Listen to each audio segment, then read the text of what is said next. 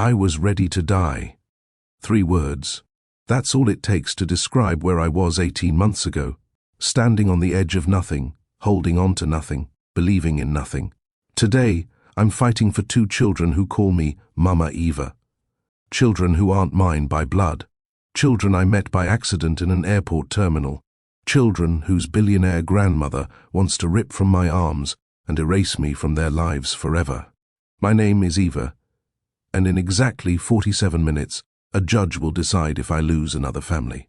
The marble floors of the Kingston County Courthouse feel cold through my thin heels. My hands won't stop shaking. I've checked my phone 12 times in the last 3 minutes, hoping for a message from Kieran, hoping he'll tell me everything will be okay, that we'll win, that Vivien Ashford doesn't have the power to destroy us. But Kieran stopped making promises 2 weeks ago. Because Vivien Ashford doesn't lose, she's worth $4.7 billion. She owns judges, politicians, and half the real estate in 3 states. And she believes with every fiber of her cold, calculated heart that I stole her grandchildren. She's wrong. But the truth doesn't matter when you're fighting someone who can afford to bury it. I catch my reflection in the courthouse window. The woman staring back looks nothing like the hollow shell who wandered through life 18 months ago. That woman had given up. That woman had lost her daughter and her marriage in the same terrible season. That woman couldn't see past tomorrow. This woman has everything to lose. Cosette, 7 years old, wild curls that refuse to stay in ponytails, a laugh that sounds like wind chimes. She still crawls into my bed during thunderstorms, pressing her small body against mine, whispering, "You won't leave us, right, Mama Eva?" I never know how to answer that question, because I would never choose to leave, but choice isn't always ours to make. And then there's Dashiell, 5 years old, quiet in ways that break your heart. He draws pictures of our family, me, Kieran, Cosette, himself, surrounded by yellow suns and green grass. He hasn't drawn a single picture without me in it for 14 months. These children buried their mother. They watched their father crumble. They were abandoned by everyone who should have protected them. Except me, a stranger in an airport who had no business becoming their whole world. And now a woman in a $15,000 suit wants to convince a judge that I'm the danger, that I manipulated my way into their lives, that I'm an opportunist, a gold digger, a predator. Vivien Ashford has called me all these things, in legal documents, in whispered conversations with social workers, in a television interview that made me vomit. 18 months ago, I didn't know these children existed. 18 months ago, I was sitting in Terminal B of O'Hare International Airport with a one-way ticket to Portland. No return flight, no plan. Just a desperate need to outrun the grief that had swallowed me whole. My daughter Marigold had been dead for 17 days. Cancer took her in 7 months. She was 6 years old. She liked butterflies, pancakes shaped like stars, and the color yellow. She believed that clouds were made of cotton candy, and that if you wished hard enough on dandelions, the wishes floated up to heaven where angels caught them. Cancer doesn't care about dandelion wishes. It started as a limp, just a slight drag in her left leg that her pediatrician said was probably growing pains. By the time they found the tumor wrapped around her spine, it had already spread. 7 months of chemotherapy. 7 months of hospital rooms that smelled like antiseptic and heartbreak. 7 months of watching my little girl shrink into someone I barely recognized. She died on a Tuesday. My husband Daniel couldn't hold our marriage together after.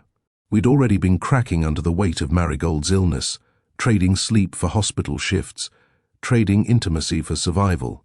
Her death didn't bring us together the way movies promise. It blew us apart. He filed for divorce 9 days after the funeral. So, there I was, 34 years old, newly divorced, childless, purposeless. A small hand grabbed mine in that terminal, and everything changed. Before I tell you what happened in that courtroom, I need to take you back to the beginning. Back to an airport terminal, 2 small hands, and the moment everything changed. If you've ever lost someone you loved, if you've ever wondered whether happiness could find you again, stay with me. Hit that subscribe button because this story might just change how you see second chances. Now, let me tell you how I met the children who saved my life. How a week at a lake house turned strangers into family. How a billionaire grandmother declared war on a woman who had nothing left to lose. And how love, real, messy, unexpected love, became the only weapon I had. The courtroom doors open. My attorney squeezes my arm. Remember, don't react. Whatever she does, don't react. Easy for her to say. She hasn't spent 14 months being hunted by a woman who treats destruction like a hobby. I step inside. The room smells like old wood and furniture polish. 12 rows of empty benches. A judge's platform that feels miles high. American flags standing guard on either side. And there she is. Vivien Ashford sits in the front row, dressed in winter white, pearls resting against her collarbone. Her silver hair is pulled back so tight it stretches her face into something almost youthful, almost human. She turns when I enter. Our eyes meet, and she smiles. Not a warm smile, not even a polite smile. This is the smile of a woman who has already won. A woman who views me as a temporary inconvenience. A woman who buried her own daughter-in-law and somehow blames me for what happened after. My stomach drops, because sitting next to Vivien is a face I recognize. Someone I didn't expect to see here. Someone whose presence on that side of the courtroom changes everything. Kieran's attorney from the initial guardianship review. The one who had access to every document, every strategy, every private conversation about our case. He's sitting at Vivien's table now, leaning toward her lead counsel, whispering. He switched sides. Vivien didn't just file a petition. She turned our own defense inside out. The judge enters. Everyone rises. And I realize with horrifying clarity that I've walked into an ambush. 17 days. That's how long it had been since I buried my daughter. 17 days since I stood in a cemetery surrounded by people who kept saying she's in a better place, while I screamed inside my own skull. Marigold was 6 years old. She had her father's eyes, and my stubborn chin. She loved butterflies, pancakes shaped like stars, and the color yellow. She believed that clouds were made of cotton candy, and that if you wished hard enough on dandelions, the wishes floated up to heaven where angels caught them. Cancer doesn't care about dandelion wishes. It started as a limp, just a slight drag in her left leg that her pediatrician said was probably growing pains. By the time they found the tumor wrapped around her spine, it had already spread. 7 months of chemotherapy. 7 months of hospital rooms that smelled like antiseptic and heartbreak. 7 months of watching my little girl shrink into someone I barely recognized. She died on a Tuesday. The sun was shining. Birds were singing outside her hospital window. The world kept moving as if nothing had happened, as if the most important person in my universe hadn't just stopped breathing. Daniel couldn't look at me after. We'd already been cracking under the weight of Marigold's illness, trading sleep for hospital shifts, trading intimacy for survival. Her death didn't bring us together the way movies promise. It blew us apart. He filed for divorce 9 days after the funeral. So there I was, Terminal B O'Hare International Airport, one-way ticket to Portland clutched in my sweating hand. No return flight because I had nothing to return to. I wasn't planning to end my life. I want to be clear about that, but I wasn't exactly planning to live it either. I was just moving, putting distance between myself and every room that still smelled like Marigold's strawberry shampoo. I found a seat near gate 34 and sat down. My flight didn't board for another 2 hours. I had a paperback novel I couldn't read, a phone full of messages I couldn't answer, and a chest so hollow I could feel wind blowing through it. I closed my eyes and tried to remember Marigold's laugh. I couldn't. That terrified me more than anything. "Why are you crying?" My eyes snapped open. A girl stood directly in front of me, 7 years old, maybe 8, wild dark curls falling past her shoulders, brown eyes so large they seemed to take up half her face. She wore a red coat with mismatched buttons and held a juice box in one hand like a weapon. She wasn't asking to be polite. She was demanding an answer. I touched my cheeks. Wet. I hadn't even realized tears were falling. "I'm just sad today," I said. "About what?" Most children would have accepted that answer and moved on. Not this one. She planted her feet wider, tilted her head, and studied me like I was a math problem she intended to solve. I lost someone, I said. Someone very important. Lost like they went away, or lost like they died. The directness hit me like cold water. Adults dance around death. They use soft words and careful phrases. This girl walked straight into it with both hands open. Like they died, I whispered. She nodded slowly, not with sympathy, with recognition. My mommy died too. She sat down next to me, just like that. No invitation needed. She placed her juice box on the armrest between us and swung her legs because they were too short to reach the floor. That's when I noticed the boy.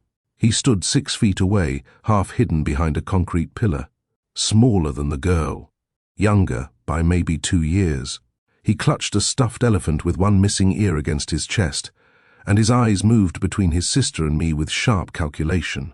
He wasn't hiding because he was scared. He was watching, evaluating, deciding whether I was safe. "That's my brother Dashiell," the girl said without looking back. "He doesn't talk to strangers. I'm Cosette." "I'm Eva." "Who died, Eva?" I swallowed hard. Every instinct told me to shut this down. Find their parents. Walk away. Don't open this door, because once grief finds company, it becomes harder to carry alone.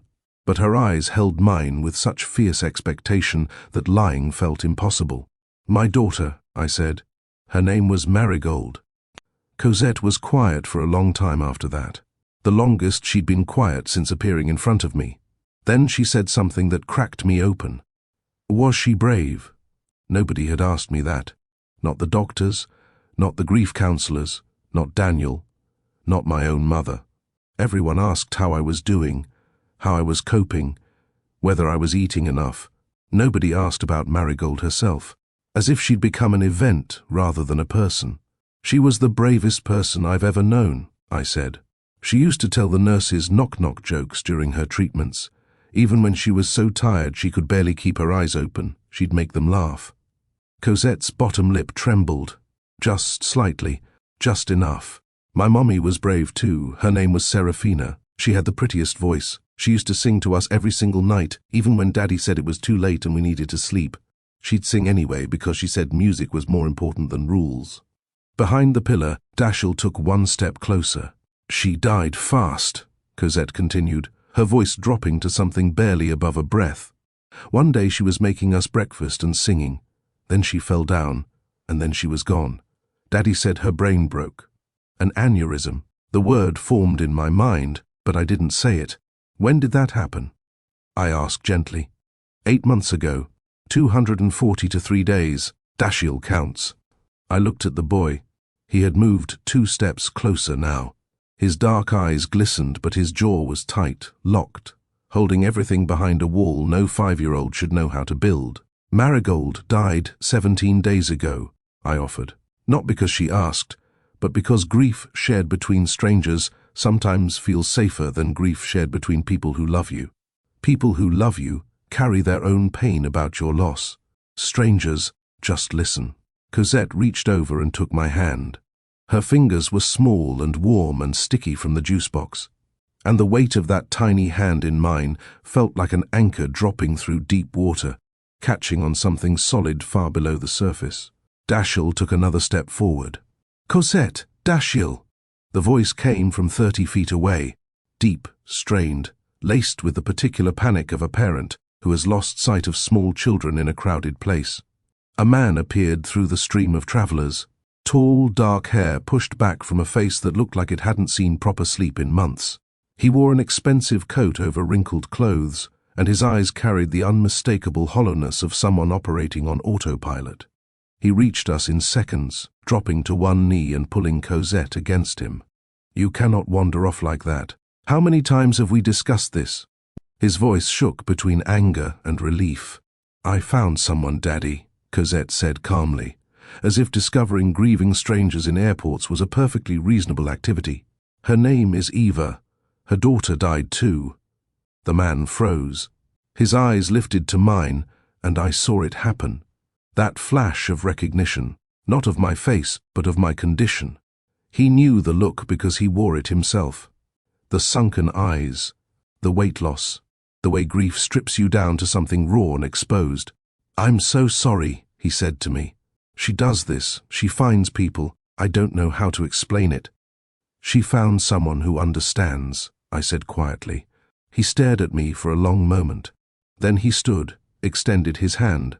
Kieran Ashford. Eva." We shook hands, and I felt the tremor in his grip. Controlled on the outside, falling apart underneath. "Our flight was cancelled," he said, gesturing vaguely toward the departure board. "Weather in Colorado. We've been here for 6 hours. I turned my back for 2 minutes to rebook and they just vanished." "We didn't vanish," Cosette corrected. "We went exploring. There's a difference." Despite everything, the corner of my mouth twitched. Kieran noticed. "That's the first time she's made anyone almost smile in 8 months," he said. "Including me." Dashiell had moved to stand beside his father now, still silent, still clutching his one-eared elephant. But he was looking at me differently. The evaluation was over. Something in his expression had shifted from suspicion to curiosity. "My flight board's in 2 hours," I said, though I wasn't sure why I mentioned it. Maybe because the conversation felt like it needed boundaries. Maybe because I needed to remind myself I was leaving. Kieran glanced at his children, then back at me. "Would you want to sit with us while you wait? The kids seem—" He trailed off, searching for the right word. "Comfortable," Cosette supplied. "Comfortable," he repeated, and something softened behind his eyes. I should have said no. I had a flight to catch and a life to run away from. Sitting with a grieving family was the last thing my shattered heart needed. But Dashiell did something that made the decision for me. He walked over, stood directly in front of me, and placed his one-eared elephant in my lap. Then he turned and sat on the floor at my feet without a word. Cosette leaned against my arm, and just like that, I was anchored. We sat together for 3 hours in that terminal. Kieran and I traded the careful details of our losses. Serafina, Marigold, the before and the terrible after. The children drifted in and out of sleep against my sides, while travelers rushed past us toward gates and destinations and futures. None of us were rushing anywhere. When my flight was called, I stood to leave. Cosette grabbed my wrist. "Come home with us," she said. Kieran opened his mouth to correct her, to apologize for his daughter's boldness. But he stopped. He looked at me with something I couldn't quite name. Desperation, maybe, or recognition. "We have a lake house in Michigan," he said slowly. "I was taking them there for the week, to get away from everything. You're welcome to join us. I know that sounds insane, but nothing about the last 8 months has made sense, so why should this?" It did sound insane. A complete stranger inviting another complete stranger to a lake house. 2 broken adults and 2 grieving children pretending that shared pain was reason enough to share space. Every logical cell in my brain screamed no. But logic hadn't saved Marigold. Logic hadn't kept Daniel from leaving. Logic had given me a one-way ticket to Portland and absolutely nothing else. 1 week, I said. The SUV smelled like leather and crayons. Cosette insisted I sit between them in the back seat. Dashiell leaned his head against my arm within the first 20 minutes. He still hadn't spoken a word to me, but his silence felt like trust in a language I was only beginning to understand. Kieran drove with both hands on the wheel, his jaw tight, his eyes fixed on the highway ahead. Every few minutes he glanced at the rearview mirror, not at the road behind us, at his children. At me, at the strange new geometry of his back seat. I watched the city melt into suburbs, suburbs into open highway, highway into the kind of empty landscape where you can see the sky touching the earth in every direction. Cosette fell asleep first, her curls spilling across my lap. Dashiell followed 10 minutes later, his small fist still wrapped around his elephant's remaining ear. I should have been terrified. I was in a car with a man I'd met 3 hours ago, driving to a location I'd never seen, with no return ticket, and no one in the world who knew where I was. But terror requires caring about what happens to you, and I hadn't cared about that in 17 days. We stopped for gas somewhere in the middle of nowhere. Kieran went inside to pay. I stayed with the sleeping children, watching my breath fog against the cold window. And that's when I saw it. My reflection stared back at me from the dark glass.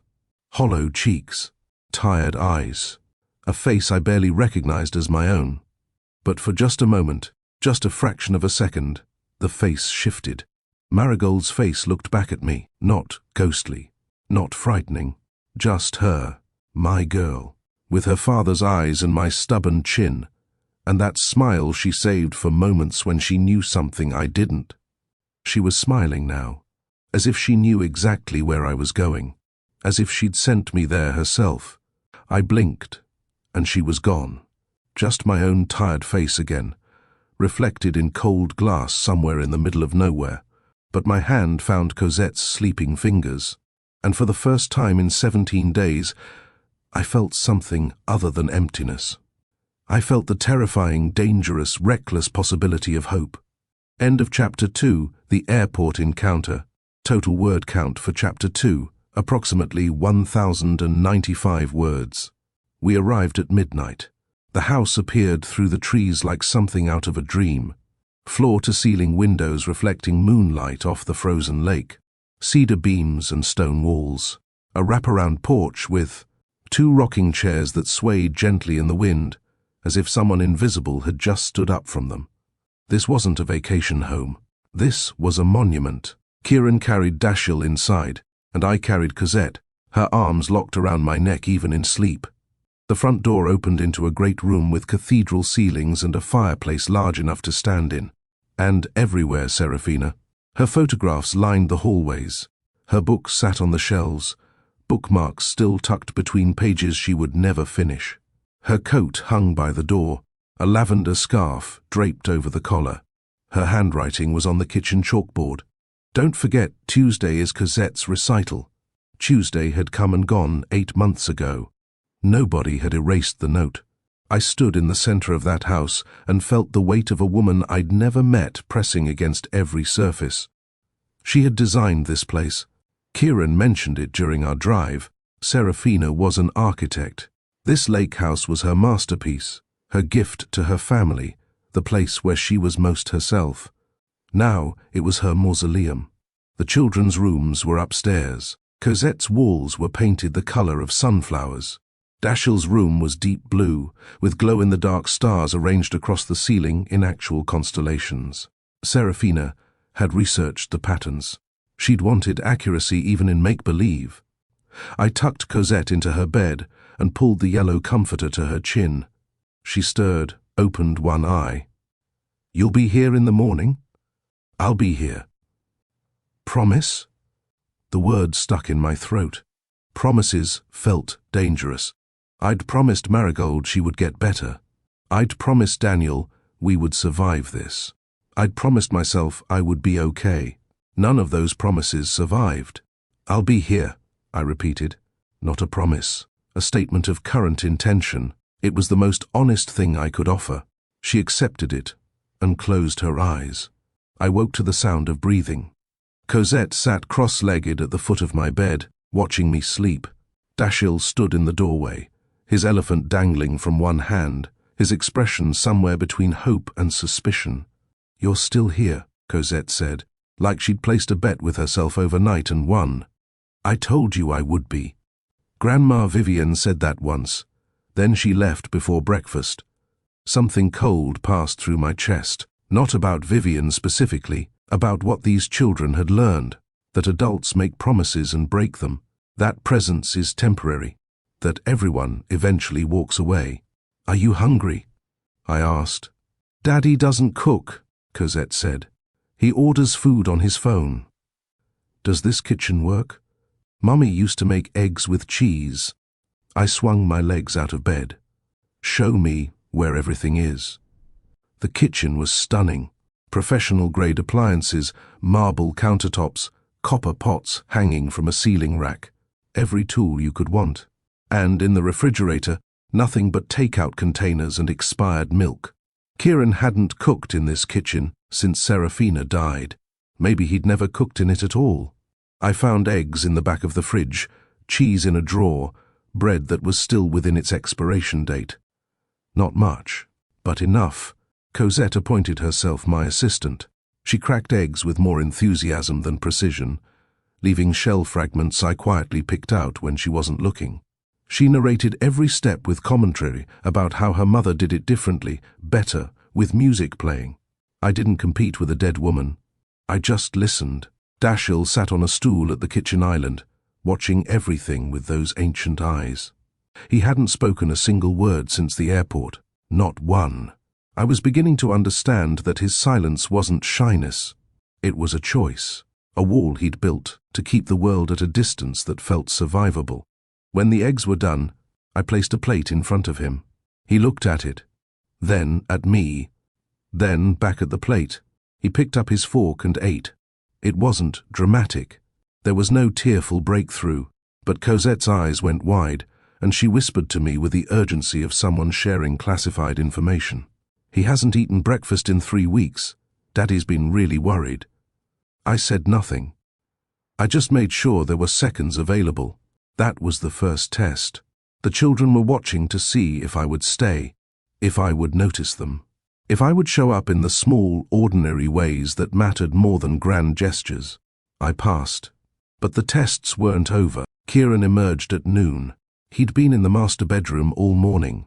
When he appeared, he was showered, dressed in clothes that probably cost more than my monthly rent, and wearing the careful expression of a man who had practiced looking fine in the mirror. "Thank you for feeding them," he said, pouring coffee from a pot I'd made 3 hours earlier. "I usually handle mornings better than this." He didn't. I could already tell, but I wasn't here to judge him. "Cosette and I have been trading stories," I said. His hand paused on the coffee mug. "Stories?" I told her about Marigold's butterfly collection. She told me about Serafina's singing. Something flickered behind his eyes. Pain, maybe, or jealousy. His children were sharing pieces of their mother with a stranger, pieces they hadn't shared with him in months. "They don't talk about her," he said quietly. "Not with me. Maybe because your grief is too heavy for them to hold alongside their own." He stared at me. I realized I'd overstepped. We'd known each other less than 24 hours. I had no right to analyze his family. But he didn't get angry. He just set his coffee down and looked out the window at the frozen lake. "My mother says they're resilient, that children bounce back. Your mother is wrong." The words left my mouth before I could stop them. Kieran turned slowly.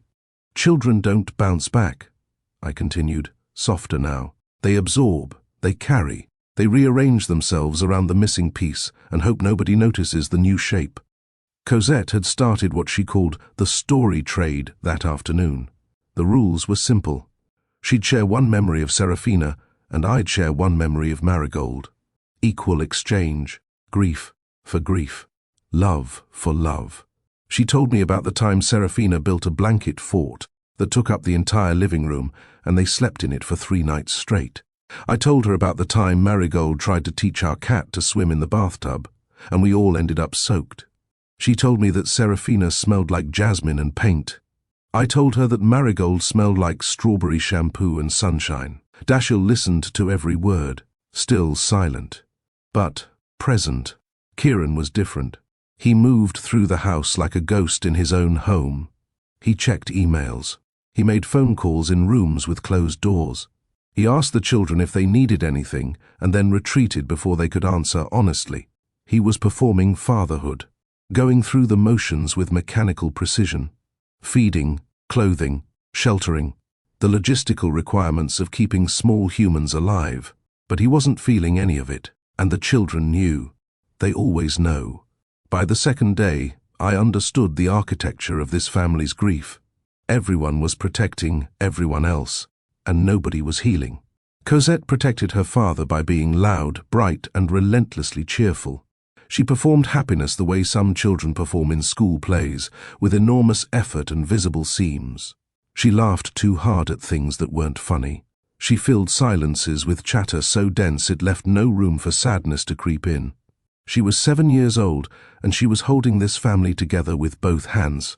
Dashiell protected everyone by disappearing, not physically but emotionally. His silence was a shield. If he didn't speak, he couldn't say the wrong thing.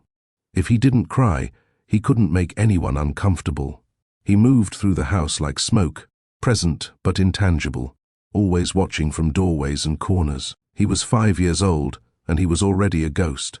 And Kieran protected his children by maintaining the illusion of control. Schedules, meals, bedtimes, structure as substitute for connection. He kept the machine running, but he'd forgotten that a family isn't a machine. It's a living thing, and living things need more than maintenance. They need warmth. They need honesty.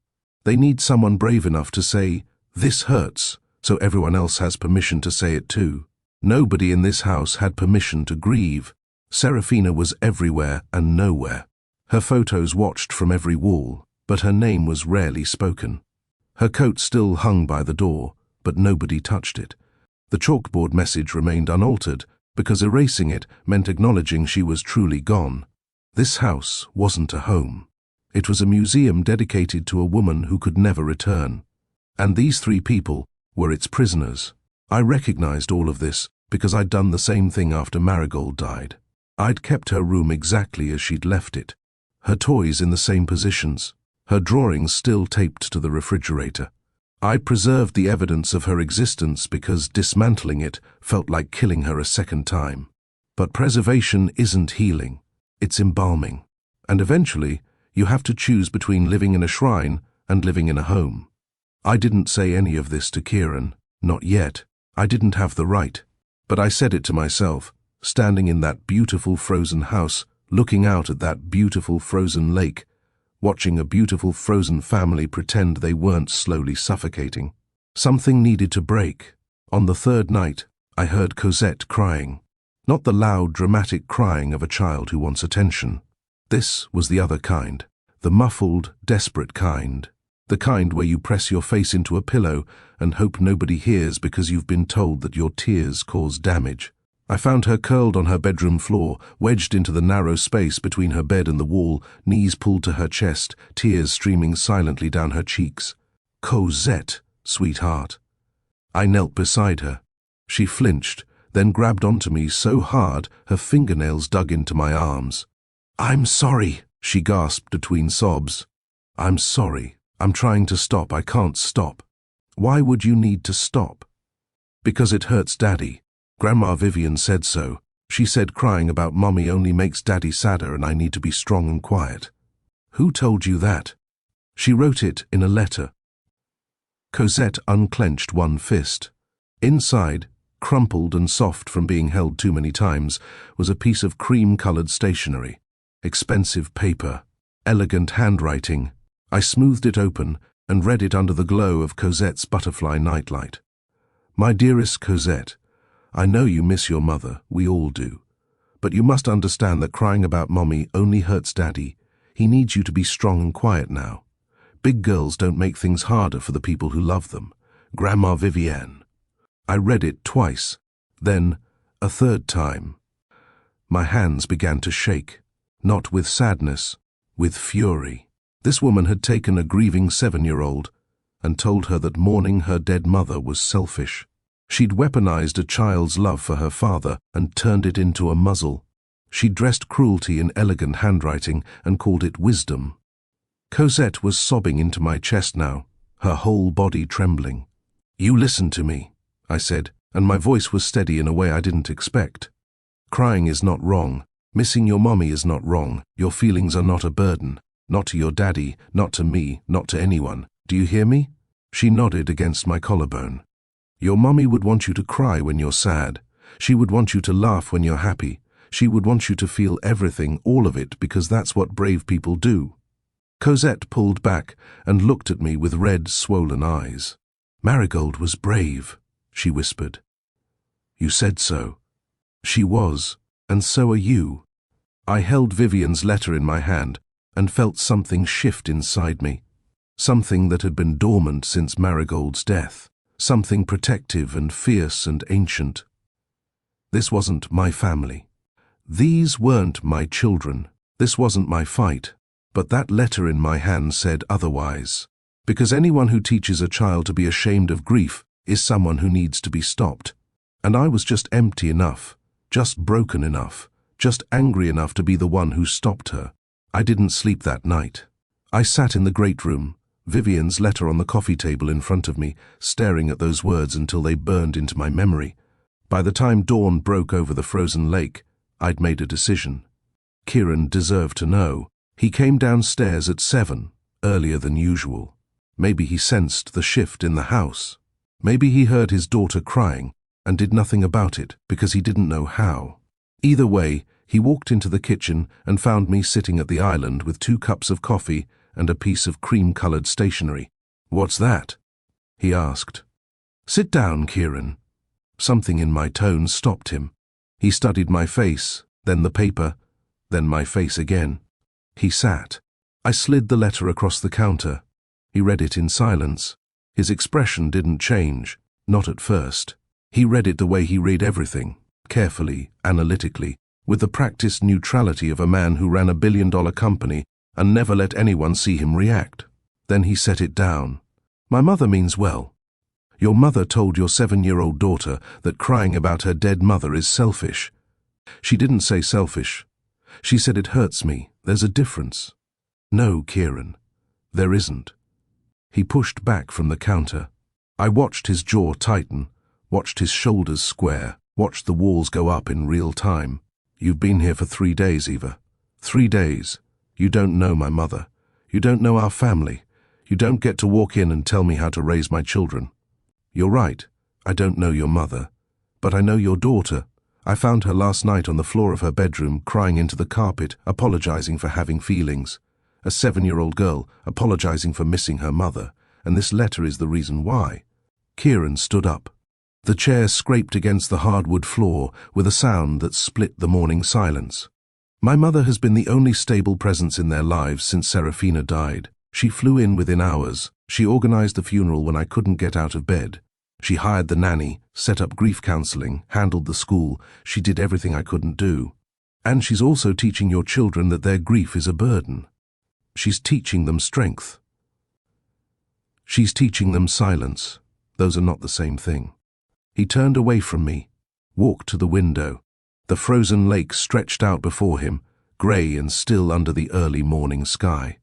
"You don't understand," he said, and his voice cracked on the last word. Just barely. Just enough to reveal the fault line running through his composure.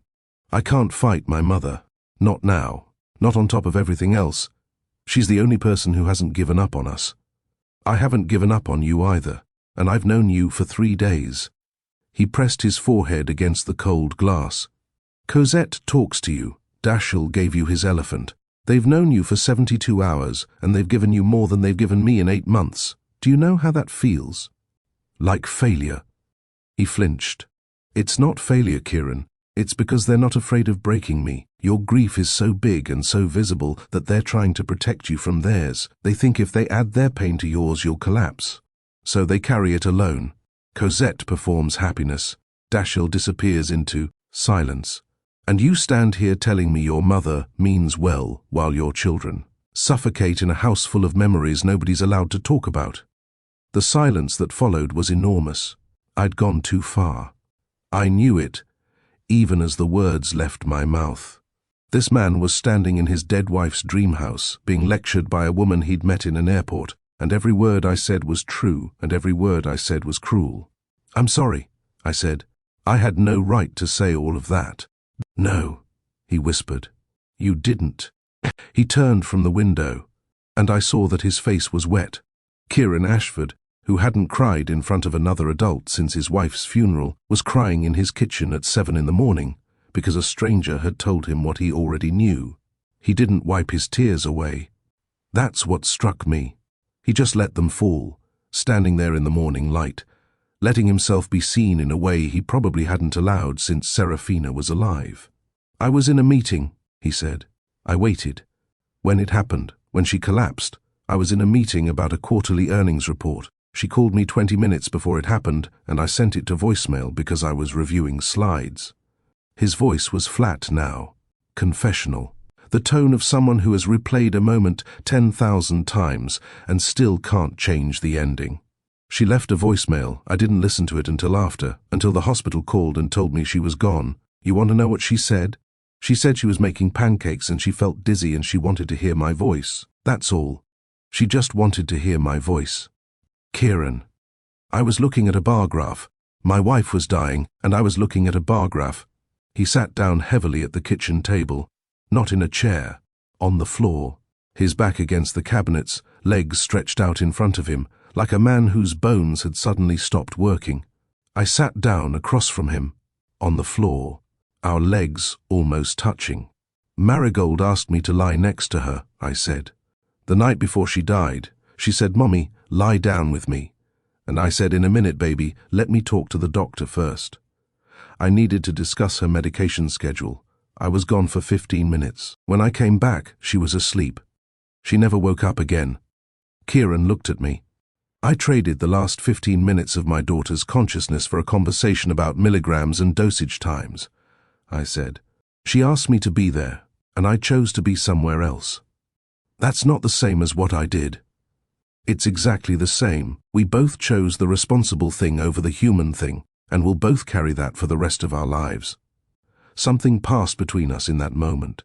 Not romance, not attraction. Something deeper and less comfortable. The recognition that we were both members of the same terrible club. The ones who weren't there. The ones who carry voicemails and unfinished conversations like stones in their pockets. Serafina was extraordinary, he said, and for the first time, the words sounded like a memory instead of a eulogy. She was loud and opinionated, and she argued with everyone about everything. She once got into a shouting match with a contractor because he wanted to use the wrong shade of white on a ceiling. She said there were 37 shades of white and only 4 of them were acceptable. I laughed. It surprised both of us. Marigold used to correct my grammar, I said. She was 6. She'd say, "Mummy, you're supposed to say, 'May I not, can I?' She learned it from a cartoon and she never let it go." He almost smiled. Almost. And there it was. The smallest shift. 2 people sitting on a kitchen floor at dawn, trading the beautiful, ordinary details of the people they'd lost. Not the tragedies, not the diagnoses or the funerals or the empty beds. The real stuff. The human stuff. The things that made Serafina and Marigold irreplaceable. We stayed on that kitchen floor for 2 hours. The children slept late, which never happened, as if the house itself understood that something important was occurring downstairs, and held its breath to give us time. Kieran told me about the first time he met Serafina, a coffee shop in Seattle. She'd spilled her latte on his laptop, and instead of apologizing, she'd told him his screensaver was ugly and he should thank her for destroying it. He'd fallen in love before she finished the sentence. I told him about Daniel, how we'd met in a bookstore, both reaching for the same novel, how our hands touched on the spine and he'd said, "You have good taste," and I'd said, "I know." And somehow that became a first date, then a marriage, then a baby, then a diagnosis, then an ending that neither of us expected. Somewhere during the telling, our bodies shifted closer. Not deliberately, not dramatically. The way 2 people sitting on a cold floor naturally moved toward warmth. His knee pressed against mine. Our shoulders nearly touched. I could smell his soap, something clean and woodsy, and underneath it, the particular scent of exhaustion. He turned his head to say something, and our faces were suddenly inches apart. We both froze. His eyes were dark brown, almost black. Up close I could see the red threading through the whites, the evidence of sleepless nights and suppressed tears. I could see the faint lines around his mouth that hadn't been there before Serafina died. Grief had aged him in ways that made him look not older but weathered, like a house that had survived a storm but still showed the damage. "Ava," he said. Just my name. Nothing else. But the way he said it carried weight, as if he'd been testing how it felt in his mouth and discovered it fit somewhere he hadn't expected. I pulled back first, not because I didn't feel the pull. I felt it the way you feel gravity, constant, invisible, inescapable, but acting on it felt like betrayal. Of Serafina, of Marigold, of Daniel, of every promise we'd made to people who couldn't release us from those promises because they were gone, or because they had already walked away. "I should check on the children," I said. "Right. Yes, of course." He stood quickly, extending his hand to help me up. I took it. His grip was warm and steady, and he held on for exactly 2 seconds longer than necessary. We both noticed. Neither of us mentioned it. For the rest of that day, we orbited each other like planets caught in a gravitational field they couldn't name, passing in doorways, reaching for the same coffee pot, our eyes meeting across the room and holding for one beat too long before looking away. Cosette noticed, because Cosette noticed everything. "You look at Eva a lot, Daddy," she said at dinner, casual as a weather report. Kieran choked on his water. "I look at everyone, sweetheart." "Not like that, you don't." I stared at my plate and felt heat climb up the back of my neck. Kieran cleared his throat 3 times. Dashiell continued eating in silence, but I could have sworn the corner of his mouth twitched. That night, after the children were asleep, Kieran and I sat on the porch in Serafina's rocking chairs. The frozen lake glowed silver under the moon. Our breath made clouds in the cold air. We didn't touch. We didn't need to. The awareness between us was loud enough. "I need to tell you something," Kieran said. The rocking chair creaked beneath him. He was staring at the lake, but his hand rested on the armrest between us, fingers slightly extended, as if reaching for something he wasn't sure he was allowed to take.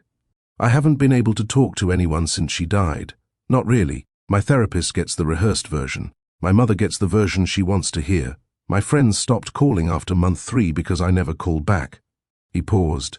His fingers moved 1 inch closer to mine. "But with you, I feel like I can breathe again. For the first time in 8 months, the air doesn't feel like concrete in my lungs, and I don't know what to do with that. I don't know if I'm allowed to feel relief. I don't know if wanting to breathe again means I'm forgetting her." "It doesn't," I said. "It means you're surviving." "Is there a difference between surviving and moving on?" "Moving on is a myth. You move forward. You carry them with you. You just learn to carry the weight differently." His hand found mine. Not a grab, not a clutch, just his fingers sliding over mine on that cold armrest, weaving between them with the hesitation of someone touching something fragile, something that might disappear. My heart hammered so hard, I was sure he could hear it. I didn't pull away. For 10 seconds, we sat there, 2 broken people holding hands in the dark, watching a frozen lake shimmer under moonlight, feeling something terrifying and beautiful bloom in the space between their grief. Then his phone rang. The sound shattered the moment like a rock through glass. Kieran pulled his hand back and reached into his pocket. The screen lit up his face in cold blue light. "It's my mother," he said. He answered. I watched his expression change in real time. The softness that had been building all day drained from his face like water from a cracked vessel. His jaw tightened. His shoulders squared. The walls rebuilt themselves in seconds. "When?" he said into the phone. A pause. "She can't do that." Another pause. Longer this time. "That's not her decision to make." His voice was controlled, but his free hand gripped the armrest so hard his knuckles turned white. "I'll call you back." He hung up, stared at the phone, then looked at me with an expression I hadn't seen before. Not grief, not exhaustion. Fear, raw, uncomplicated fear. "What happened?" I asked. "My mother has filed a petition for temporary guardianship of the children. She's claiming I'm emotionally unfit to care for them." The cold air suddenly felt colder. "She's scheduled a hearing for next week. She's already retained an attorney. She's been planning this for months." "Kieran, she wants the children, Eva, and she has the money, the connections, and the legal team to take them." He stood up from the rocking chair. His phone glowed in his hand like a warning. "She also mentioned you." My blood went still. "She knows you're here, she knows who you are, and she told me that if I don't send you away by tomorrow morning, she'll use your presence as evidence that I'm making reckless decisions that endanger my children." The frozen lake, the silver moonlight, the rocking chairs swaying in the wind. Everything had just changed. And somewhere in a penthouse 3 states away, Vivien Ashford was making her next move.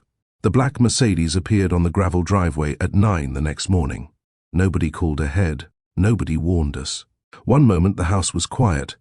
The children eating breakfast at the island while I scrambled eggs, and Kieran sat across from me reading legal documents with a face carved from stone. The next moment, tires crunched on frozen gravel and a car door slammed with the precision of a gunshot. Kieran looked up. His face went white. "She's here." He said it the way soldiers announce incoming fire. Not surprised, not confused, resigned. I watched through the kitchen window as Vivien Ashford emerged from the back seat. A driver held her door. She didn't acknowledge him.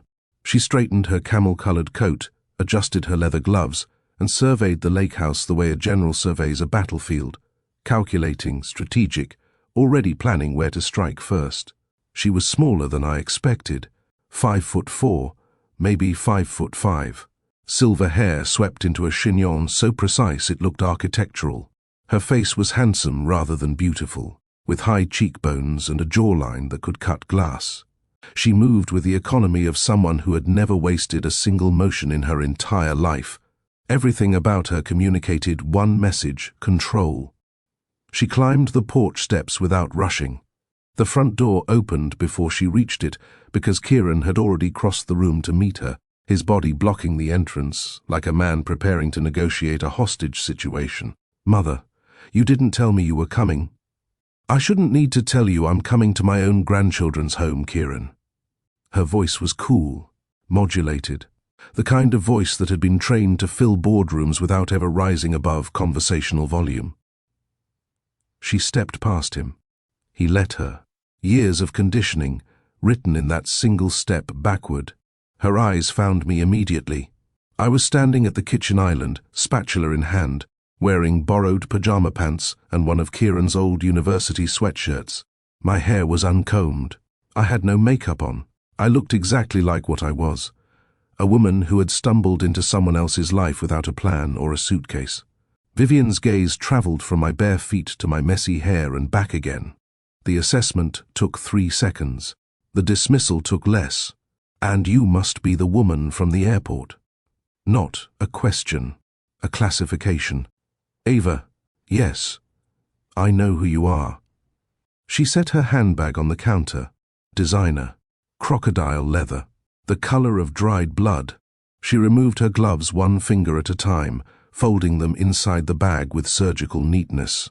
"I've taken the liberty of looking into your background, Eva. Recently divorced, recently bereaved, no current employment, no permanent address. Currently sleeping in the guest bedroom of a house belonging to a man you met 72 hours ago in an airport terminal." She paused. "Have I missed anything?" The accuracy stung.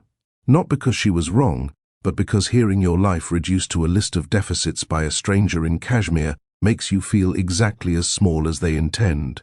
"You missed the part where your grandchildren invited me," I said. Something flickered across her face. Not anger. Amusement. The kind of amusement a chess player feels when a pawn advances one square and believes it's made a significant move. "Children invite everyone, dear. Cosette once invited a mail carrier to Thanksgiving. That doesn't make it appropriate." Kieran stepped between us. "Mother, Eva has been helpful with the children. They've been eating, sleeping, talking about Serafina. Things have been better." "Better." Vivien repeated the word, as though tasting something bitter. Better, according to whom? Cosette had gone silent. I noticed it the moment Vivien walked through the door. The bright, chattering girl who narrated every moment of her existence simply stopped. Her shoulders curved inward. Her eyes dropped to her plate.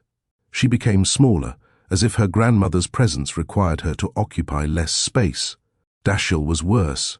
He slid off his stool and moved to stand behind me, not beside me.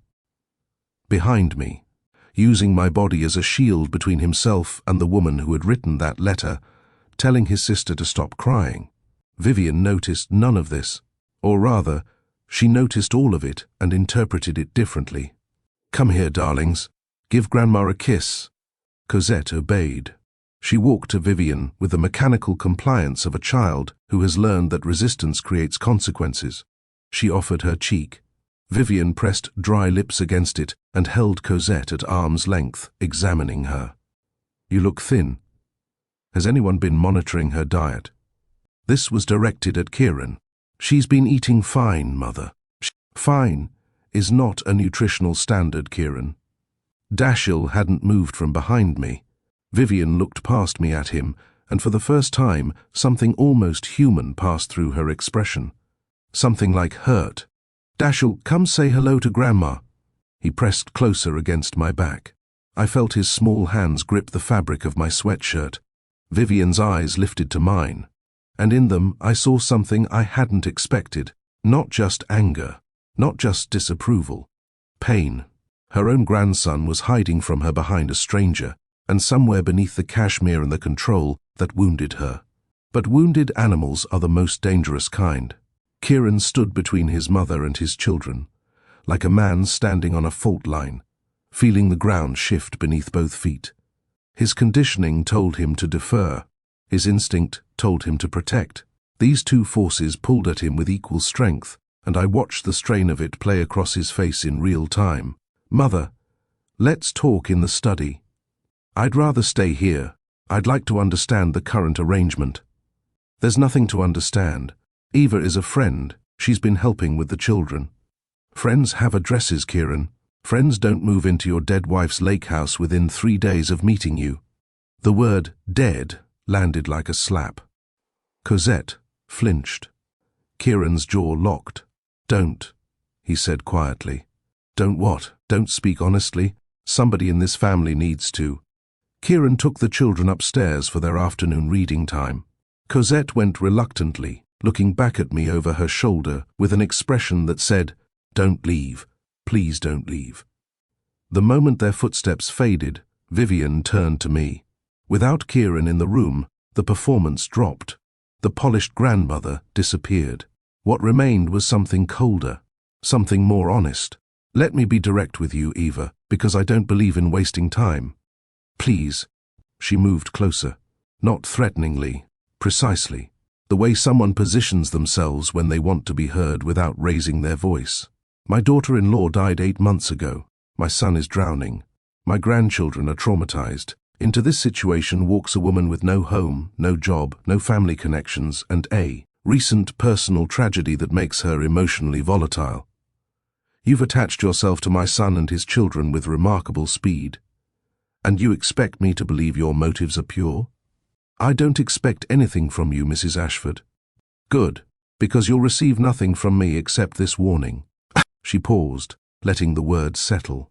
I have spent 30 years building and protecting this family. I guided my son through his education, through his first company, through his marriage. I introduced him to Serafina. I saw potential in her. I cultivated it. She spoke about her dead daughter-in-law, the way a gardener speaks about a prized rose. With pride, with ownership. Serafina was exceptional because I recognized her worth and brought her into this family. I will not watch some opportunist dismantle what I built. I'm not dismantling anything. You are destabilizing a fragile situation. My son is vulnerable. He's confusing gratitude with affection. And you are either naive enough to believe this is real or calculating enough to exploit it. Neither option is acceptable to me. She picked up her handbag, smoothed her coat. I love my grandchildren, Eva. I love them more than you can possibly understand, and I will do whatever is necessary to protect them, whatever is necessary. She let those last 3 words hang in the air like smoke. Then she walked out of the kitchen, up the stairs, and spent 20 minutes alone with the children before leaving without saying goodbye to me. The Mercedes disappeared down the gravel drive at 4 in the afternoon. The house exhaled. I stood at the kitchen window, watching the car shrink into the distance, feeling the ghost of Vivien's words pressing against my ribs. She hadn't raised her voice once. She hadn't needed to. Every syllable had been a precisely placed brick in a wall designed to separate me from this family. Footsteps on the stairs. Small, fast, desperate. Cosette appeared in the doorway, breathless. She scanned the room, found me still standing at the window, and launched herself across the kitchen. Her arms locked around my waist, so tight, I stumbled backward. She's going to make you go away, isn't she? Cosette. She makes everyone go away. Her voice cracked on the word, everyone. She made Daddy send away Miss Caroline. Miss Caroline was our nanny. She hugged us when we cried, And Grandma Vivien said she was being too familiar, and Daddy sent her away. Sweetheart, I'm not going anywhere. She made Daddy stop visiting Mommy's grave. She said it was unhealthy. She said we needed to focus forward. Daddy hasn't been to the cemetery in 5 months.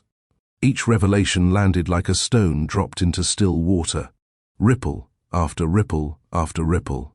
She's going to make you leave too, Cosette whispered. She always wins. Daddy always does what she says. I looked up. Kieran stood in the hallway, 3 feet behind his daughter. He'd heard everything. His face held the particular agony of a man watching his child describe his failures with perfect accuracy. Our eyes met. He looked away first, and I understood something with terrible clarity. Vivien Ashford wasn't just a controlling grandmother. She was the architect of this family's dysfunction. She had systematically removed every source of warmth, every avenue of healing, every person who threatened her authority, the nanny who hugged them, the cemetery visits that kept Serafina's memory alive, and now me. She wasn't protecting these children. She was isolating them. And Kieran had let her, not because he didn't care, but because grief had stripped him of the strength to resist. I held Cosette tighter and looked at the man standing in his own hallway like a stranger. I might have walked into a battle I couldn't win, but I was no longer sure I could walk away from it either. 7 days. That was the agreement. 1 week at the lake house, 7 sunrises, 7 sunsets, and then I would return to my one-way ticket life and pretend that none of this had changed me. The final morning arrived wrapped in fog. The lake had disappeared behind a wall of white mist so thick the world seemed to end at the porch railing. Everything beyond was gone. Erased. As if the universe was asking me what I wanted my boundaries to be. I packed my bag before anyone woke up. It didn't take long. I'd arrived with nothing. A purse, a paperback, a phone full of unanswered messages. My entire life fit into a carry-on that weighed less than Cosette. I zipped the bag and set it by the guest room door. Then I sat on the edge of the bed and stared at it. 7 days ago, I was a woman running from her own reflection. Today, I was a woman who had cooked breakfast for 2 children every morning, who had traded grief stories like precious currency, who had held a small boy's stuffed elephant while he slept, who had sat on a kitchen floor and watched a man cry for the first time since his wife died. 7 days ago, I felt nothing. Today, I felt everything, and everything was terrifying. My phone buzzed. A text from my mother. Your flight confirmation to Portland is still active. Are you coming home? Home. The word tasted foreign. My apartment in Chicago was empty. Daniel had taken his things months ago. Marigold's room was exactly as she'd left it. Going back there wasn't going home. It was going to a memorial. I didn't answer the text. Cosette knew. I don't know how children sense departure the way animals sense storms, but she knew before I said a word. She appeared at breakfast wearing every bracelet she owned, 9 of them, plastic and beaded and jangling on her thin wrists, and she placed one on the table in front of my plate. I made this for you. It's a friendship bracelet. If you wear it, you have to come back. Those are the rules. Cosette! Those are the rules, Eva. Dashiell came downstairs carrying 3 drawings. He placed them in my lap without a word. The first showed 4 stick figures standing in front of a house by a lake. The second showed the same 4 figures inside the house, sitting around a table. The third showed 5 figures, the 4 from before, plus a smaller one floating above them in a yellow cloud. Marigold. He'd drawn Marigold. I stared at that 5th figure, the little girl in the yellow cloud, and my throat closed so tightly I couldn't breathe. He'd never met my daughter. He'd only heard stories, but he'd placed her in the sky above our family portrait, watching over us with what appeared to be butterfly wings. Dashiell, I whispered. He looked at me, those dark, ancient eyes that had seen too much loss for 5 years of living. And then he spoke. Stay. 1 word. The first word Dashiell had ever spoken directly to me. Not a question, not a request.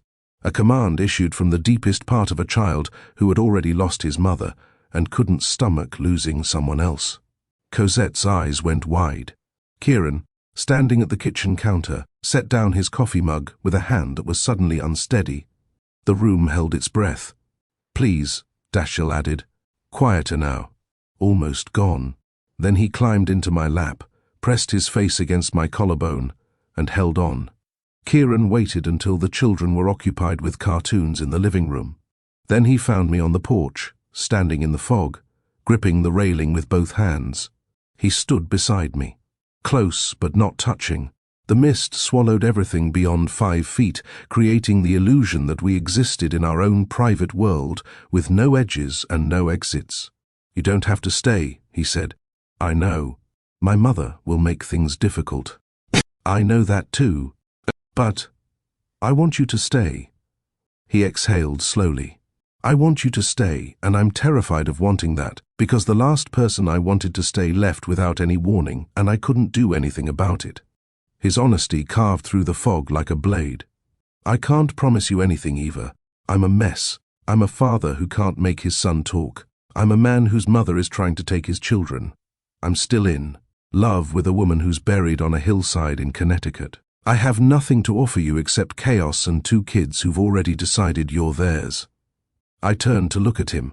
His profile was sharp against the white mist. Strong jaw, tired eyes, the kind of face that had been handsome before grief rearranged it into something more complicated. "What do you want, Eva?" he asked. "Not what's smart, not what's safe.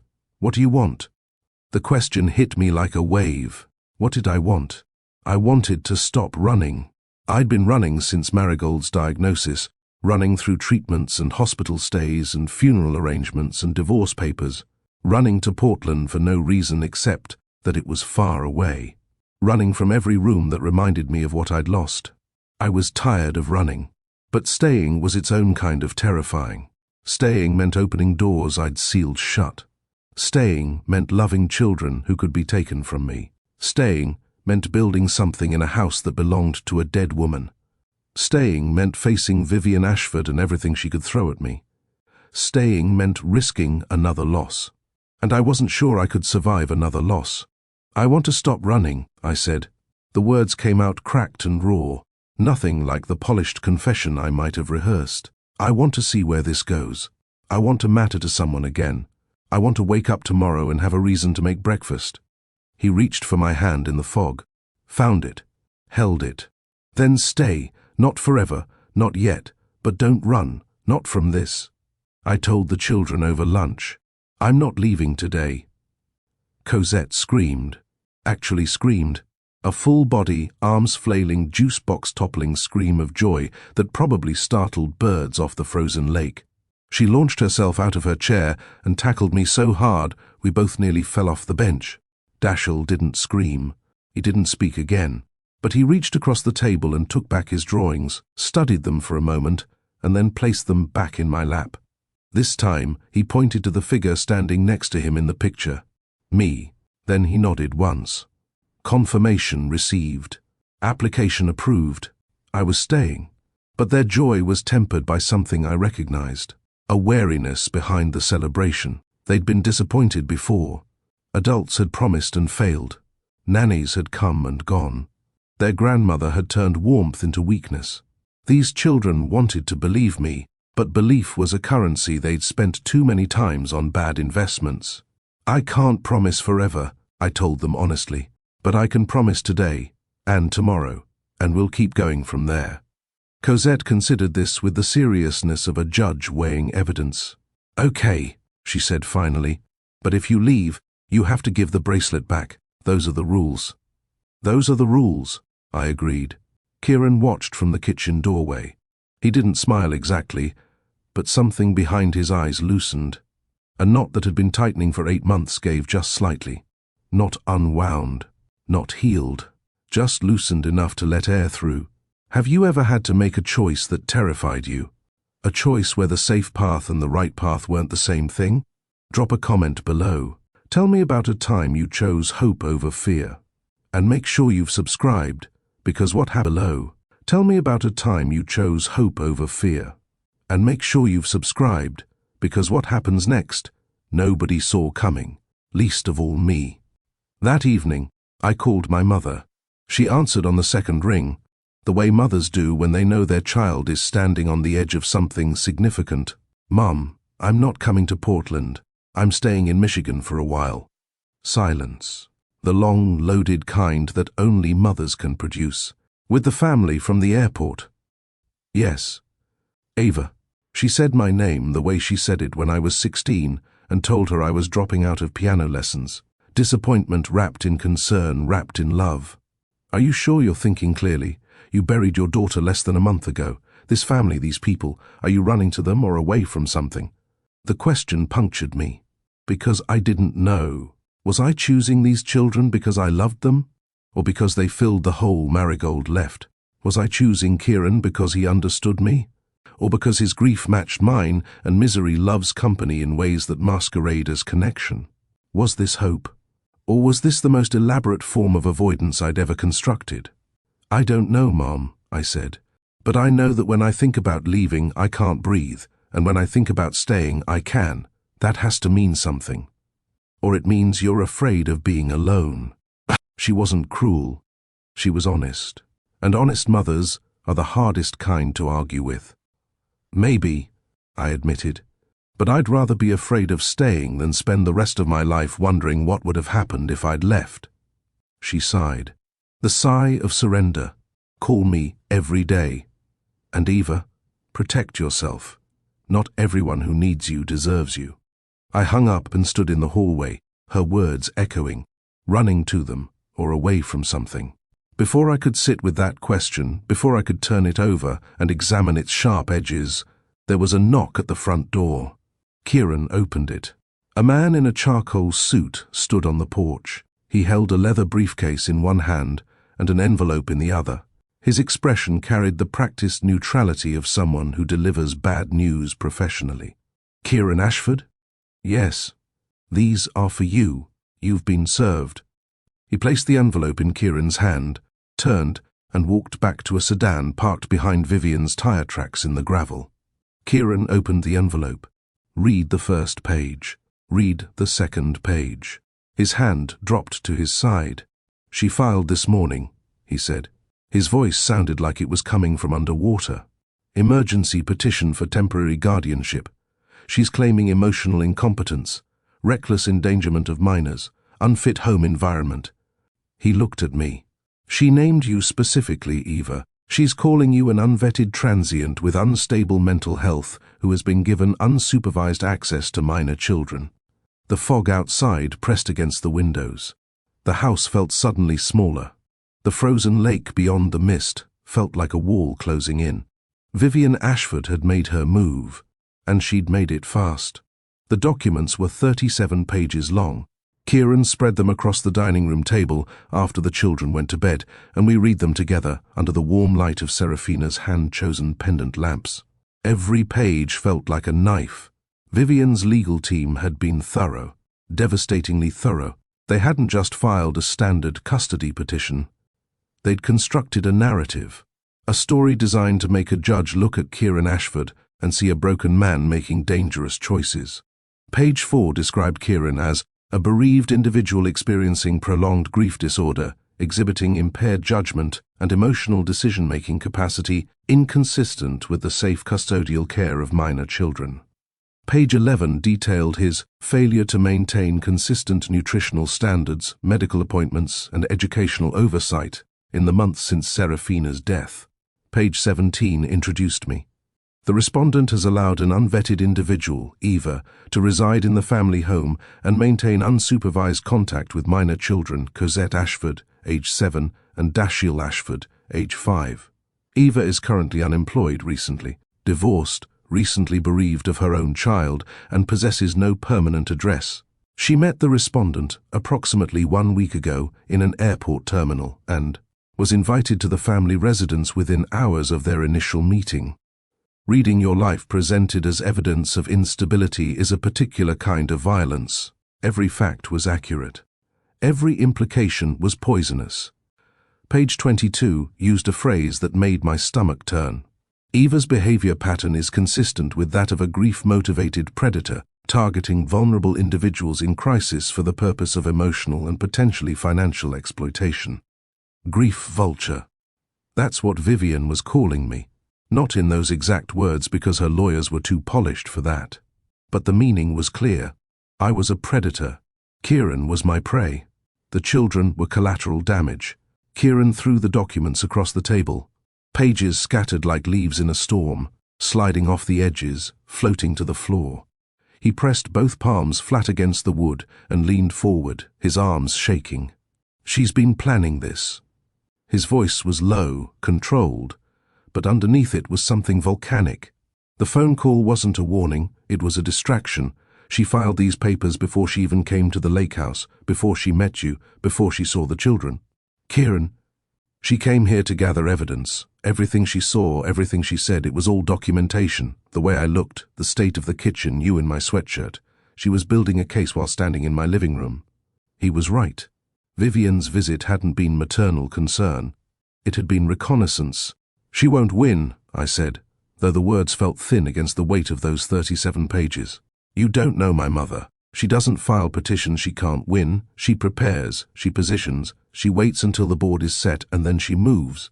This isn't impulse, this is strategy. Then we need a better strategy. He looked at me.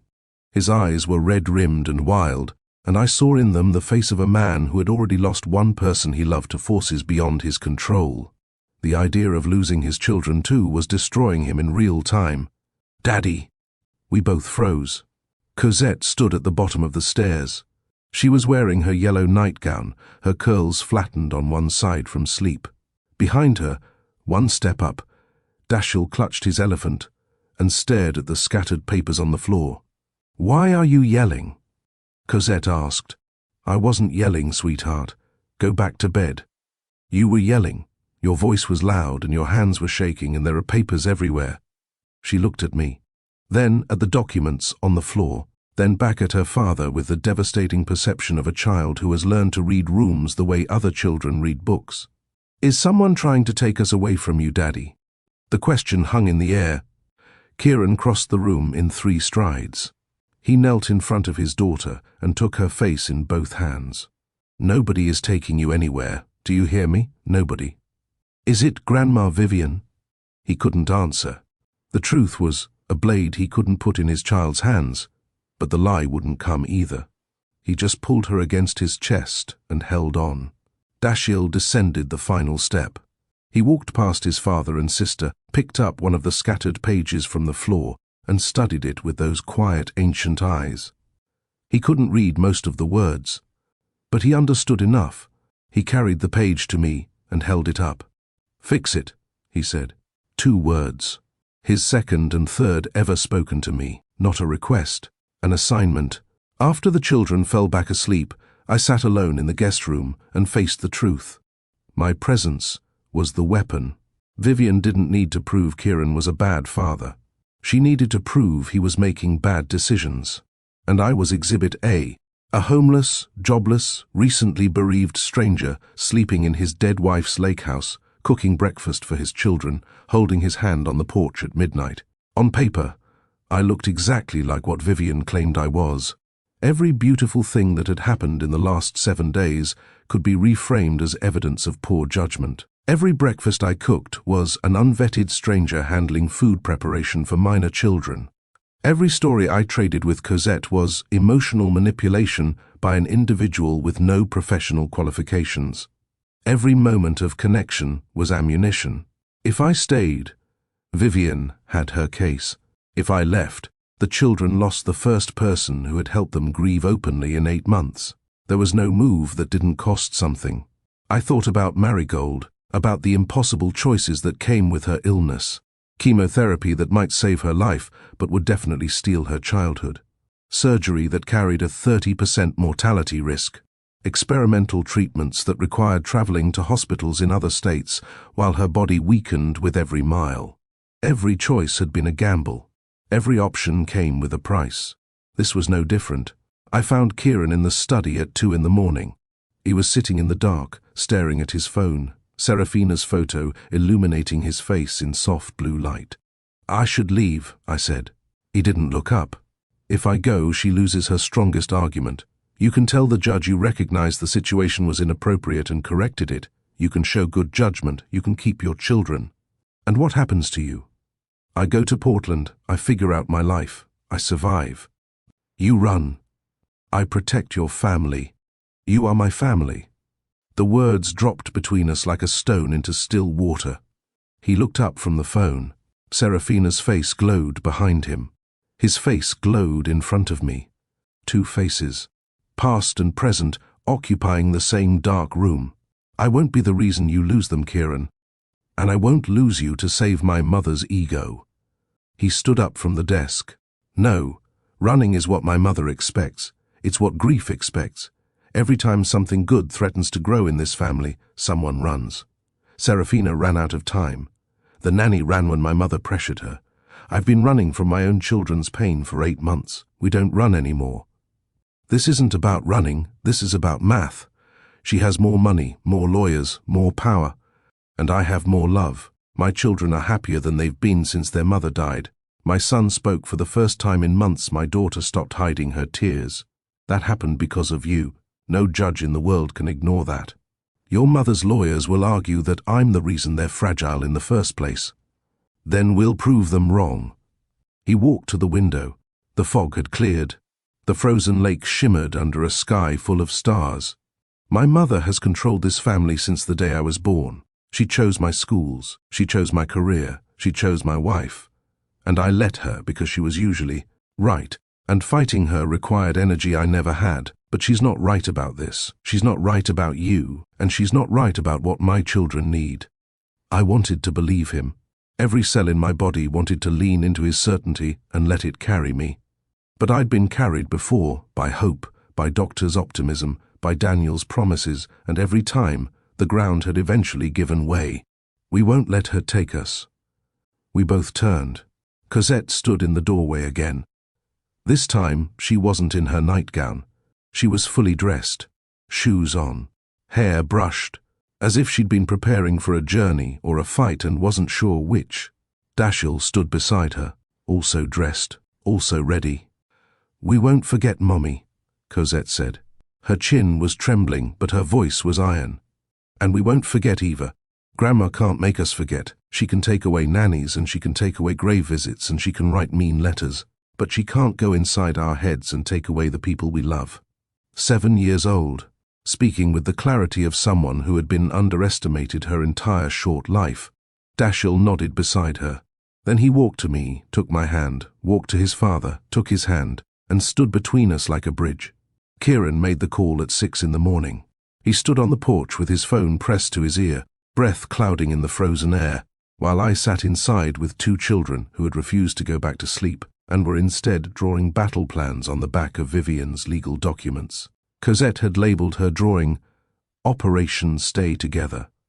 Dashiell had drawn what appeared to be a fortress with all 4 of us inside it and a single figure standing outside in the cold. Even a 5-year-old knew who the enemy was. Kieran came back inside 10 minutes later. His face had changed. The fear was still there, but something else had joined it. Resolution. The look of a man who had finally stopped asking for permission to protect what was his. "I've retained Miranda Wells. She's the best family law attorney on the Eastern Seaboard. She'll be here tomorrow morning. Can she beat your mother's team? She's never lost a custody case, and she has a personal grudge against one of the partners at my mother's firm, so yes, she'll fight." He sat down across from me at the table, looked at the children's drawings, looked at Vivien's crumpled legal documents, looked at me. "We fight, together. But you need to understand something, Eva. If we do this, my mother will try to destroy you. Everything you are, everything you've lost, she'll make it ugly. Your marriage, your daughter's illness, your mental health. She'll drag every piece of your life into a courtroom and hold it up under harsh lights. Are you sure you want this battle?" I thought about Marigold, about the way she'd faced every needle, every scan, every hospital admission with her chin up and her knock-knock jokes ready, about the courage she showed when her body was failing and the world was too big and too unfair and she was only 6 years old. She never ran from a fight she didn't choose. Neither would I. "I've already survived losing a child," I said. "Your mother doesn't scare me." Kieran held my gaze for a long moment. Then he nodded once. "Then we go to war." Somewhere in Connecticut, in a penthouse overlooking the harbor, Vivien Ashford was loading her next round. She expected Kieran to fold. She expected me to flee. She didn't know us yet, but she was about to. Miranda Wells arrived in a rental car at 8 in the morning, wearing a navy suit, carrying 2 briefcases and radiating the energy of someone who had been winning fights since birth. She was in her 50s, sharp-featured, silver streak cutting through dark hair that she wore in a blunt bob that moved like a weapon when she turned her head. She shook my hand with a grip that communicated everything her resume already said. "I don't lose. Walk me through everything," she said before she'd even removed her coat. "From the airport to this moment. Don't edit, don't soften. I need every detail." We sat at the dining room table for 3 hours. Kieran and I took turns narrating while Miranda listened, took notes on a yellow legal pad, and interrupted only to ask questions so precise they felt surgical. She read Vivien's petition twice. She read the letter to Cosette 3 times. When she finished, she set down her pen and looked at us both with an expression I couldn't decode. Vivien's case is strong on paper. Recent widower, stranger in the house, quick attachment. Any judge would flag that, but paper isn't the whole story and judges aren't stupid. She tapped Vivien's letter to Cosette. This is her weakness. She's left fingerprints on her own cruelty. She instructed a grieving child to suppress emotion. That's not protection, that's harm. And any family court judge worth their robe will see it. "Can we win?" Kieran asked. Miranda didn't hesitate. "We can win. But winning requires proving 3 things. First, that you're a fit parent who is actively healing. Second, that Eva's presence has been beneficial, not harmful. Third, that Vivien's intervention has caused documented damage to the children." She opened her second briefcase. "Let's get to work." Miranda spent the next 2 days constructing a defense with the precision of an engineer building a bridge that needed to hold the weight of an entire family. She started with Vivien's arguments and dismantled them one by one. Kieran was emotionally compromised. Miranda requested his medical records, his therapy notes, his work performance reviews. The picture they painted was not of an incompetent man, but of a grieving father who had continued to run a company, maintain his children's schooling, and seek professional help. Imperfect, yes. Human, absolutely. Unfit, not even close. Eva was a transient with no stability. Miranda dug into my background and found what Vivien had conveniently ignored. I had a master's degree in child psychology. I had worked for 6 years at a pediatric grief counseling center before Marigold's diagnosis forced me to step away. I had professional certifications, published research on childhood bereavement, and a network of colleagues who could testify to my expertise and character. "Your mother painted Eva as a drifter," Miranda told Kieran, a thin smile crossing her face.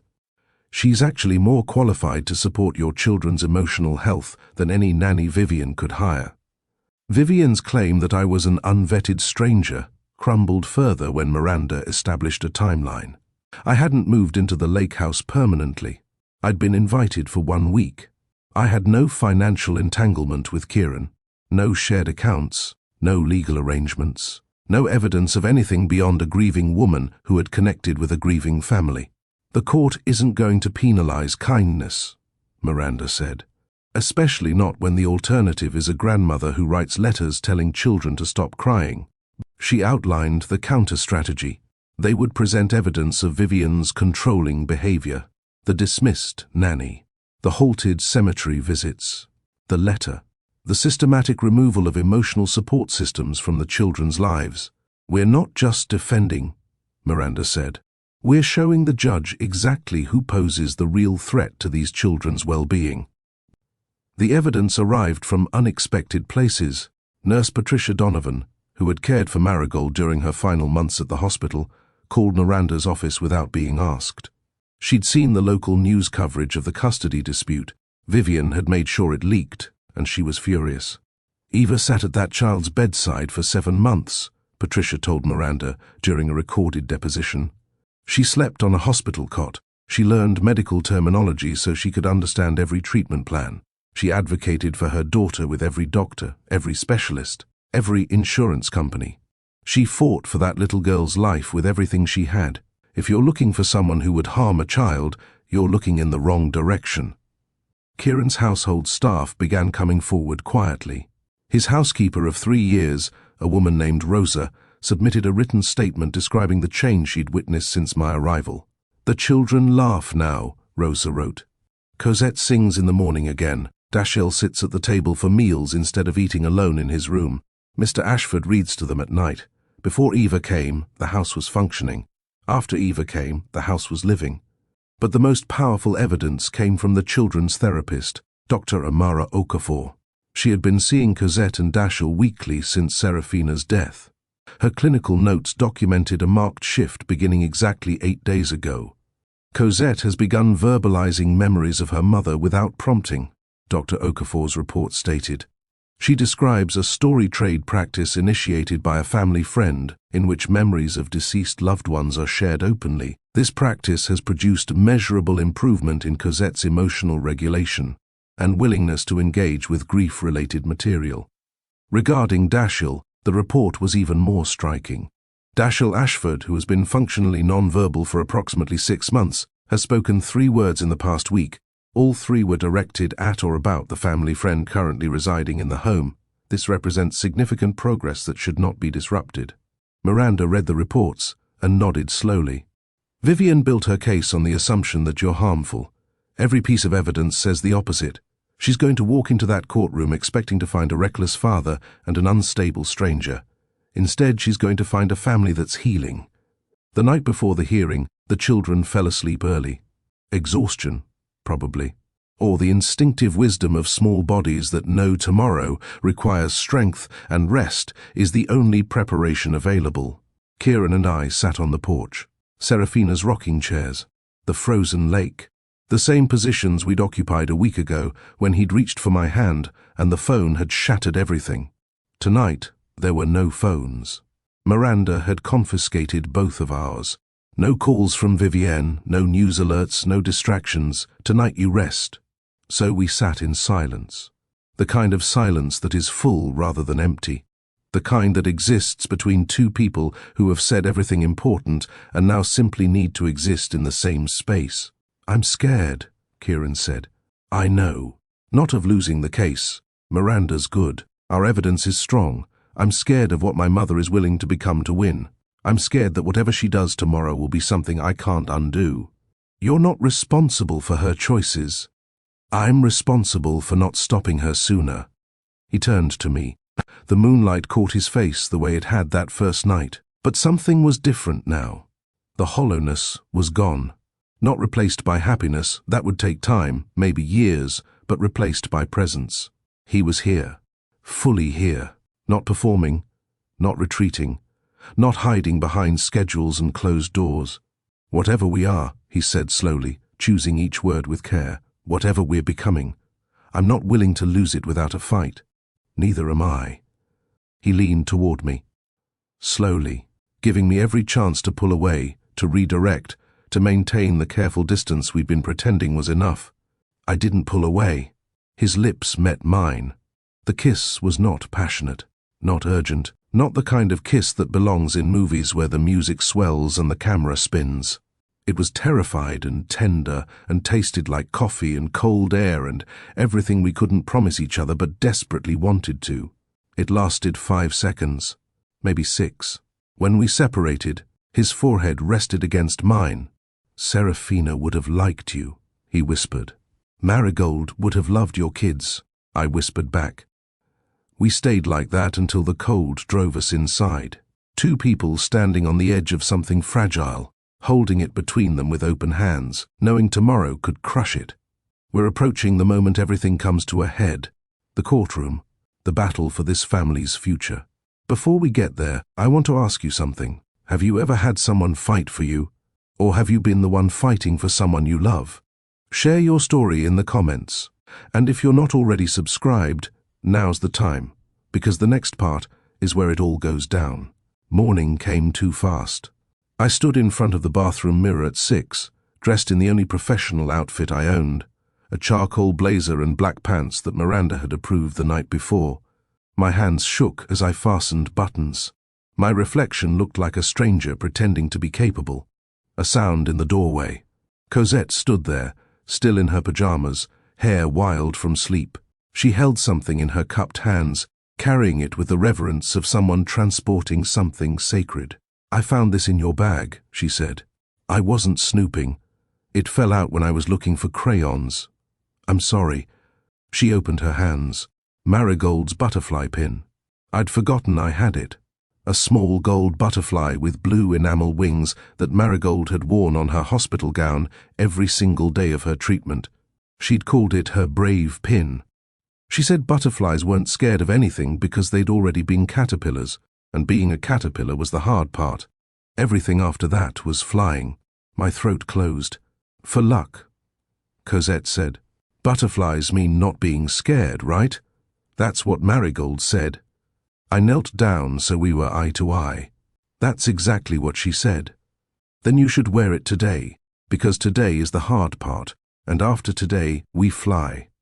I pinned it to my blazer, right side over my heart. The gold caught the bathroom light and threw tiny reflections across the walls like scattered stars.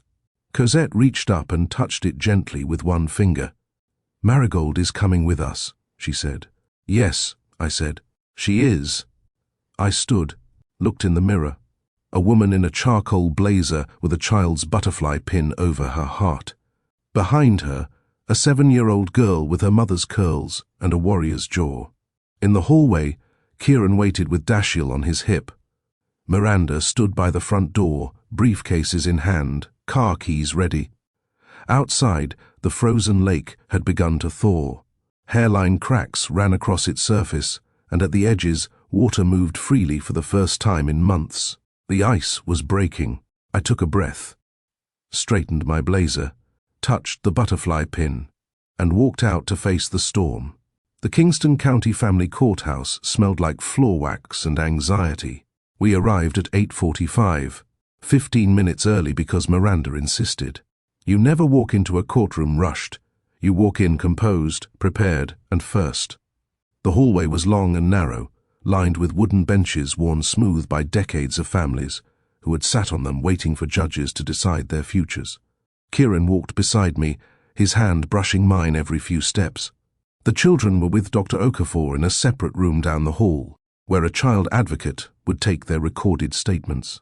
Cosette had hugged me so hard before we separated that I could still feel the pressure of her arms around my ribs. "Remember the butterfly," she'd whispered. I touched the pin on my blazer. Still there, still catching the light. The courtroom was smaller than I expected. No jury box, no gallery full of spectators, just 2 tables facing the judge's bench, an American flag on each side, and a court reporter seated in the corner with her fingers already hovering over the stenograph. Miranda directed us to the left table.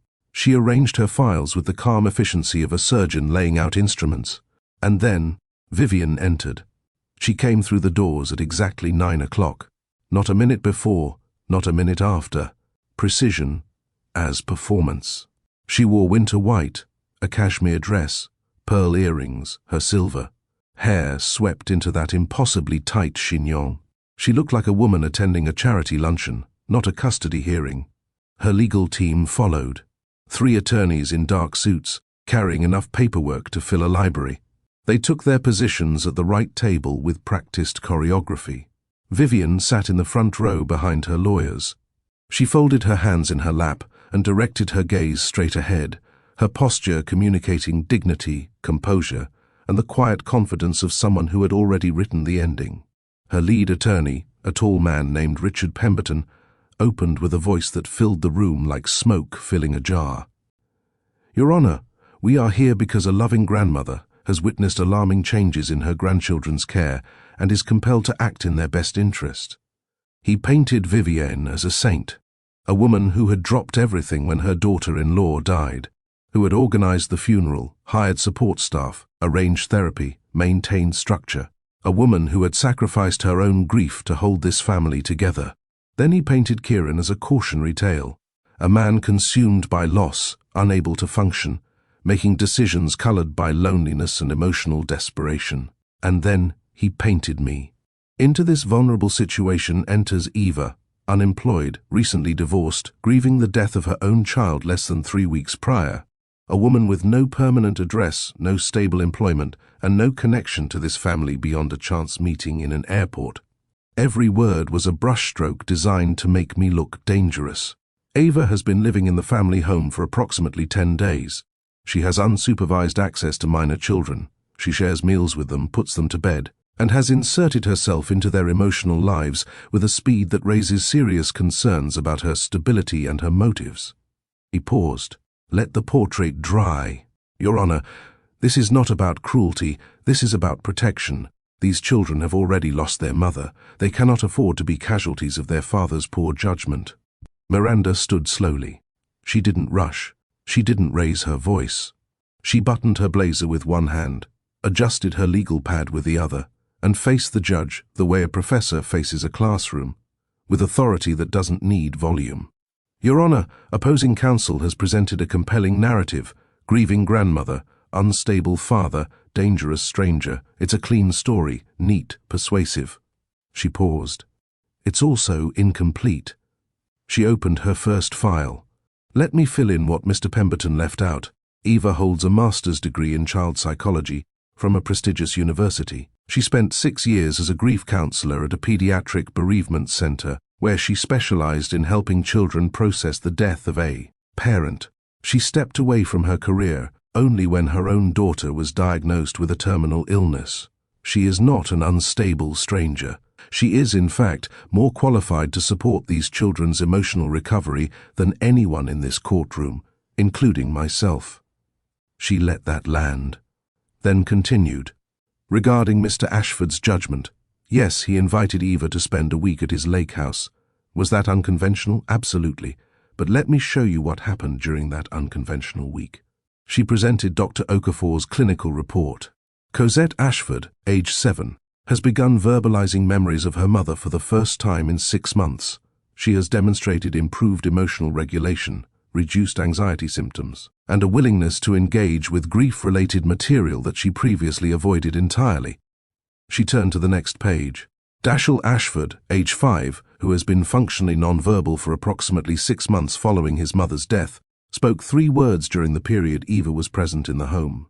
3 words after 6 months of silence. That is not the result of instability, that is the result of safety. Miranda placed a second document before the judge. Written testimony from Rosa Gutierrez, household employee of 3 years. She describes the Ashford home before Eva's arrival as functioning but lifeless. She describes the home after Eva's arrival as living again. She notes that the children laugh at breakfast, that Mr. Ashford reads to them at bedtime, and that the family has begun discussing Serafina openly for the first time since her death. Then Miranda placed the third document on the stack, the one she'd been saving. And finally, Your Honor, I'd like to submit this. She held up a piece of cream-colored stationery. This letter was written by Vivien Ashford to her 7-year-old granddaughter, Cosette. It reads, and I quote, "Crying about mommy only hurts daddy. You need to be strong and quiet. Big girls don't make things harder for the people who love them." Miranda let the words settle into the courtroom like stones dropping into water. The petitioner has presented herself as a protective grandmother. But this letter tells a different story. This letter tells a grieving child that her tears are a burden, that mourning her dead mother is selfish, that silence is strength and pain is weakness. She looked directly at Vivien. Your Honor, Eva taught these children that grief is not something to hide. Vivien Ashford taught them that it is. The court must decide which lesson serves these children better. The child advocate entered the courtroom carrying a tablet. She was a soft-spoken woman in her 40s named Dr. Rebecca Torres, court-appointed to ensure that Cosette and Dashiell's voices were heard without subjecting them to the stress of live testimony.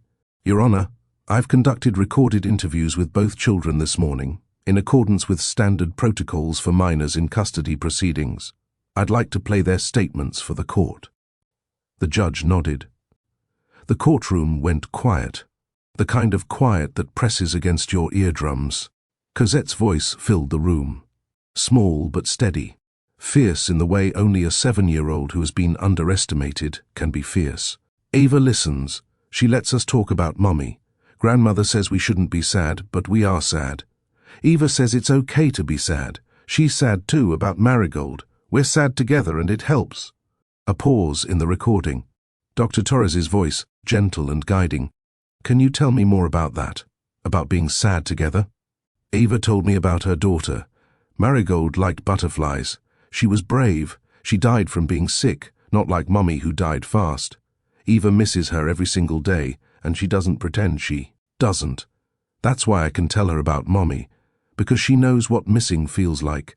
She doesn't say be strong. She says be honest. And honest is harder than strong, but it feels better after. I pressed my hand against my mouth. Tears tracked down my face, but I didn't make a sound. The recording shifted to Dashiell. His voice was quieter, halting. Each word chosen with the deliberation of a child who has hoarded language for months and now spends it like precious currency. Daddy started talking about Mommy after Eva came. A long pause. He cried in front of us. Another pause. That was good. Dr. Torres. Why was that good, Dashiell? Because it meant he felt it too. We thought he forgot her. He didn't forget.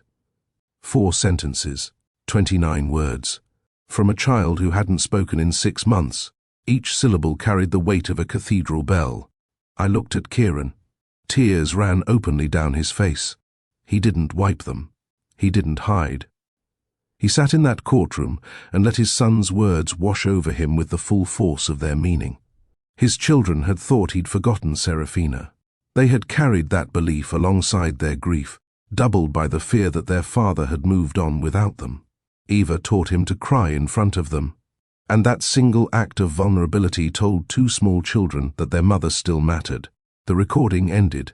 The courtroom remained silent for a long time. Even Richard Pemberton didn't move. The judge turned to Kieran.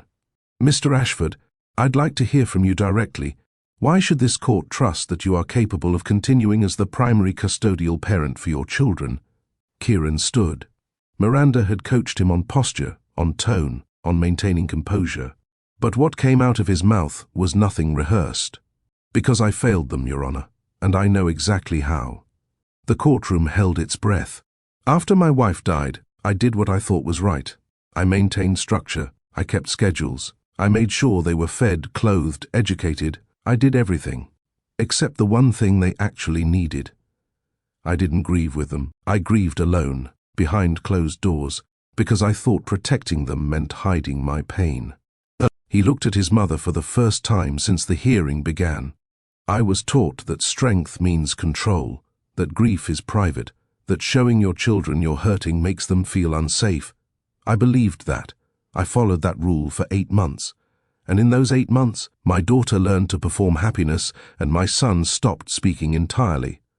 His voice cracked, but he kept going. Eva showed me that I was wrong, not through lectures or therapy techniques. She sat on my kitchen floor and told me about the 15 minutes she missed with her daughter, and I told her about the voicemail I didn't answer from my wife. And, for the first time in 8 months, I wasn't alone in my grief.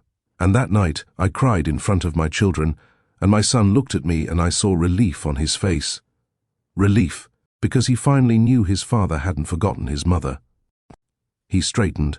I'm not a perfect parent, I won't pretend to be, but I am learning, I am present, and I am asking this court to let me continue being their father, with Eva beside me, because she has given us something nobody else could, permission to feel. The judge wrote something on her pad. Then she looked at me. Eva, you are not a party to this proceeding, but I'd like to hear from you, briefly. I stood on legs that felt borrowed. Your Honor, I lost my daughter 17 days before I met these children. I was running from everything. I had a one-way ticket to a city where nobody knew me, and I planned to disappear into it. My voice shook, but I held it together. Marigold's pin pressed against my chest like a small, warm hand. Cosette and Dashiell stopped me, not because they needed me, they didn't know me, but because they saw me. They recognized grief the way children do, without filters, without politeness. Without the careful distance adults maintain. A 7-year-old girl sat down next to a crying stranger in an airport and asked who she lost. And that single question changed everything. I looked at Vivien. She was staring at her folded hands. I'm not trying to replace their mother. I could never replace Serafina. I didn't know her. But I know her through them, through Cosette's stories and Dashiell's drawings and the house she designed and the songs she sang. She is present in every room of that lake house, in every memory these children carry, and I would never, ever try to diminish that. My voice steadied. I can honor her by helping her children remember her openly, by loving them the way she would have wanted them to be loved, by making sure they know that grief is not something to hide from. That's all I want. That's all I've ever wanted, since a small hand grabbed mine in Terminal B. I sat down. Miranda placed her hand briefly on my arm. Across the aisle, something happened that nobody expected. Vivien's chin trembled, just barely, just for a second. A fracture in the marble. Not collapse, not redemption, but the smallest crack in a wall that had been standing for decades. She blinked rapidly, looked away, pressed her fingertips together until her knuckles whitened. The judge watched her, noted it, said nothing. Court will take a 45-minute recess while I review the evidence and reach my decision. The gavel came down. The judge disappeared through a door behind the bench, and time stopped. Miranda guided us to a bench in the hallway. Kieran sat with his elbows on his knees and his head in his hands. I sat beside him, close enough that our shoulders touched, feeling every heartbeat in my throat like a countdown. The hallway was empty except for us, and the distant sound of Vivien's heels clicking away toward the opposite end of the building. She left without looking at anyone. Her lawyers followed in formation, briefcases swinging, faces revealing nothing. How long do these things usually take? I asked Miranda. Depends on the judge. Could be 20 minutes. Could be the full 45. What are our chances? Miranda considered this carefully. She was not a woman who offered false comfort. Strong. The children's testimony was powerful. Dr. Okafor's report is clinically sound.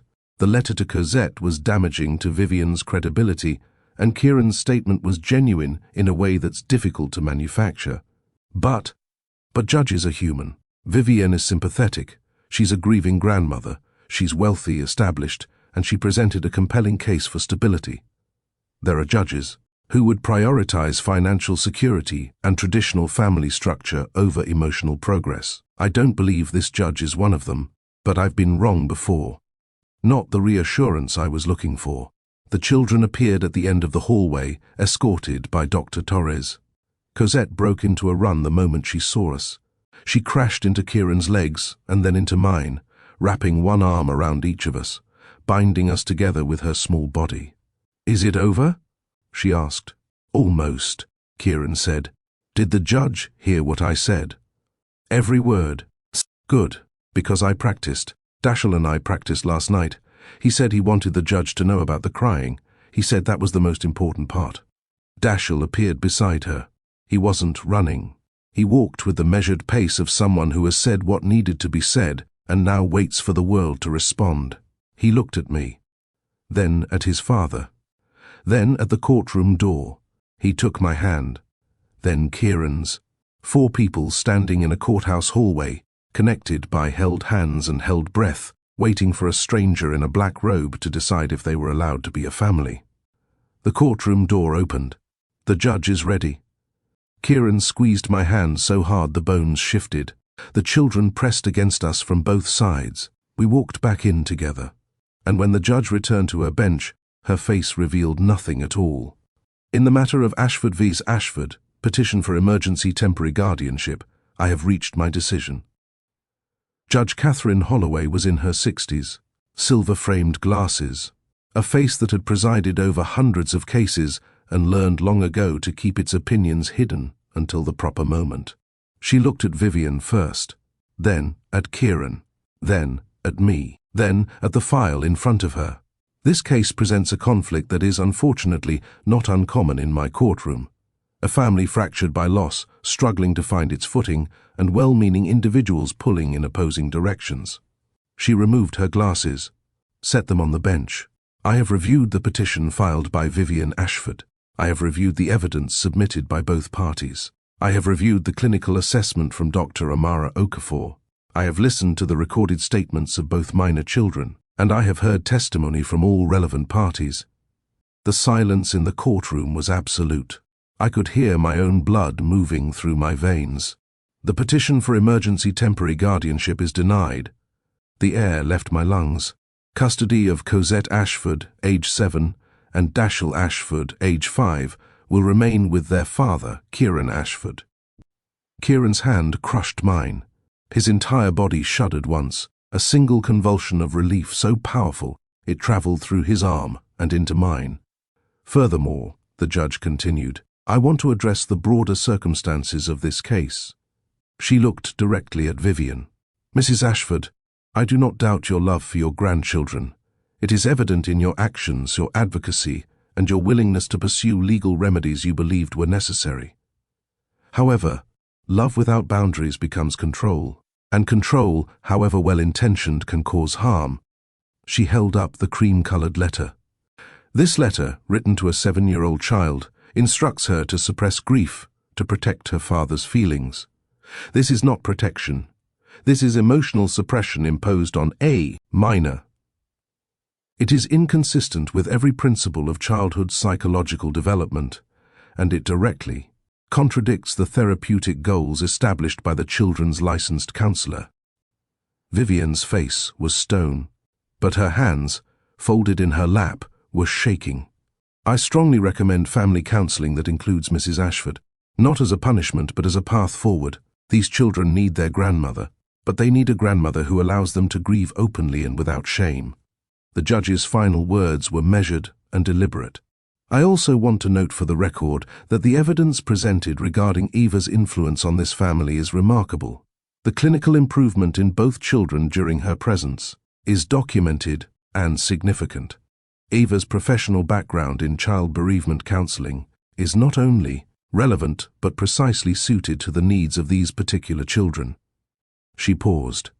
Sometimes the right person arrives at the right moment. This court will not penalize serendipity. The gavel came down. Final. Absolute. Kieran pulled me against him. Not a romantic embrace. Something more primal. The grip of a man who had been standing on the edge of a cliff and just been told he could step back. It's over. He breathed into my hair. It's over. But it wasn't entirely over. Not for Vivien. She remained seated while her lawyers packed their briefcases around her. Richard Pemberton leaned down and spoke quietly in her ear. She didn't respond. She sat perfectly still, staring at the judge's empty bench, her hands folded, her posture immaculate, her world rearranged. Miranda approached their table to discuss procedural matters with Pemberton. I watched Vivien from across the aisle. I expected rage. I expected cold fury and promises of appeal and the precise, weaponized composure she'd shown at the lake house. Instead, I saw something I hadn't anticipated. Doubt. For perhaps the first time in decades, Vivien Ashford was questioning herself, not dramatically, not with tears or confessions, but the certainty that had defined her, the absolute conviction that she knew best, that her way was the only way, had cracked. The judge's words about the letter had reached something beneath the armor. She stood, smoothed her dress, picked up her handbag, then she walked toward us. Kieran stiffened beside me. Miranda turned sharply. Vivien stopped 3 feet away. She looked at her son with an expression I couldn't fully read. Grief, maybe. Regret. The particular pain of a mother realizing she has wounded the people she was trying to save. I would like to meet with the family therapist, she said. Her voice was even, controlled, but the effort that control required was visible for the first time. If you'll allow it. Kieran stared at her. 8 months of silence. 8 months of deference. 8 months of letting his mother run his family's grief like a military operation. I'll think about it, he said. It wasn't forgiveness. It wasn't reconciliation. It was a door left slightly open, which was more than Vivien deserved, and exactly what she needed. She nodded once. Then, she turned and walked out of the courtroom. She did not look at me as she passed, but she didn't need to. The battle was over, and for the first time, Vivien Ashford had lost something she couldn't buy back. The courthouse steps were bathed in afternoon sunlight. Cosette burst through the doors first, arms spread wide, spinning in a circle on the concrete landing, with her curls flying and her voice raised to the sky. "We won, we won, we won." Dashiell followed at his own pace. He stood on the top step, looked out at the parking lot, the trees, the wide blue sky, and took a deep breath.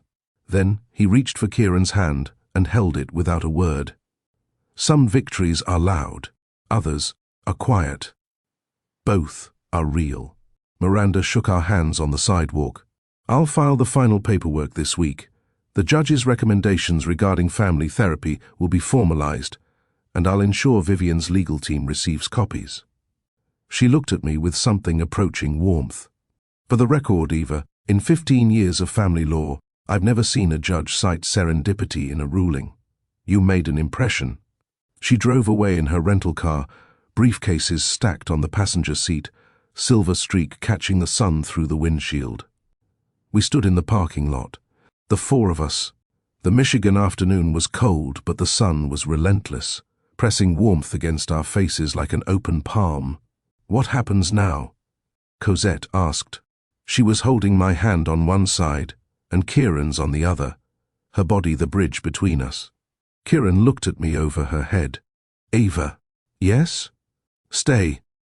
I already said I would. Not for a week, not for a trial period, not as a guest in the spare bedroom." He turned to face me fully. Cosette stepped aside with the theatrical awareness of a child who recognizes a significant moment and wants a front row seat. "Stay and build this with me. Build a family, not a replacement for what we lost. Something new, something that has room for Serafina and Marigold and whatever comes next." He wasn't proposing marriage.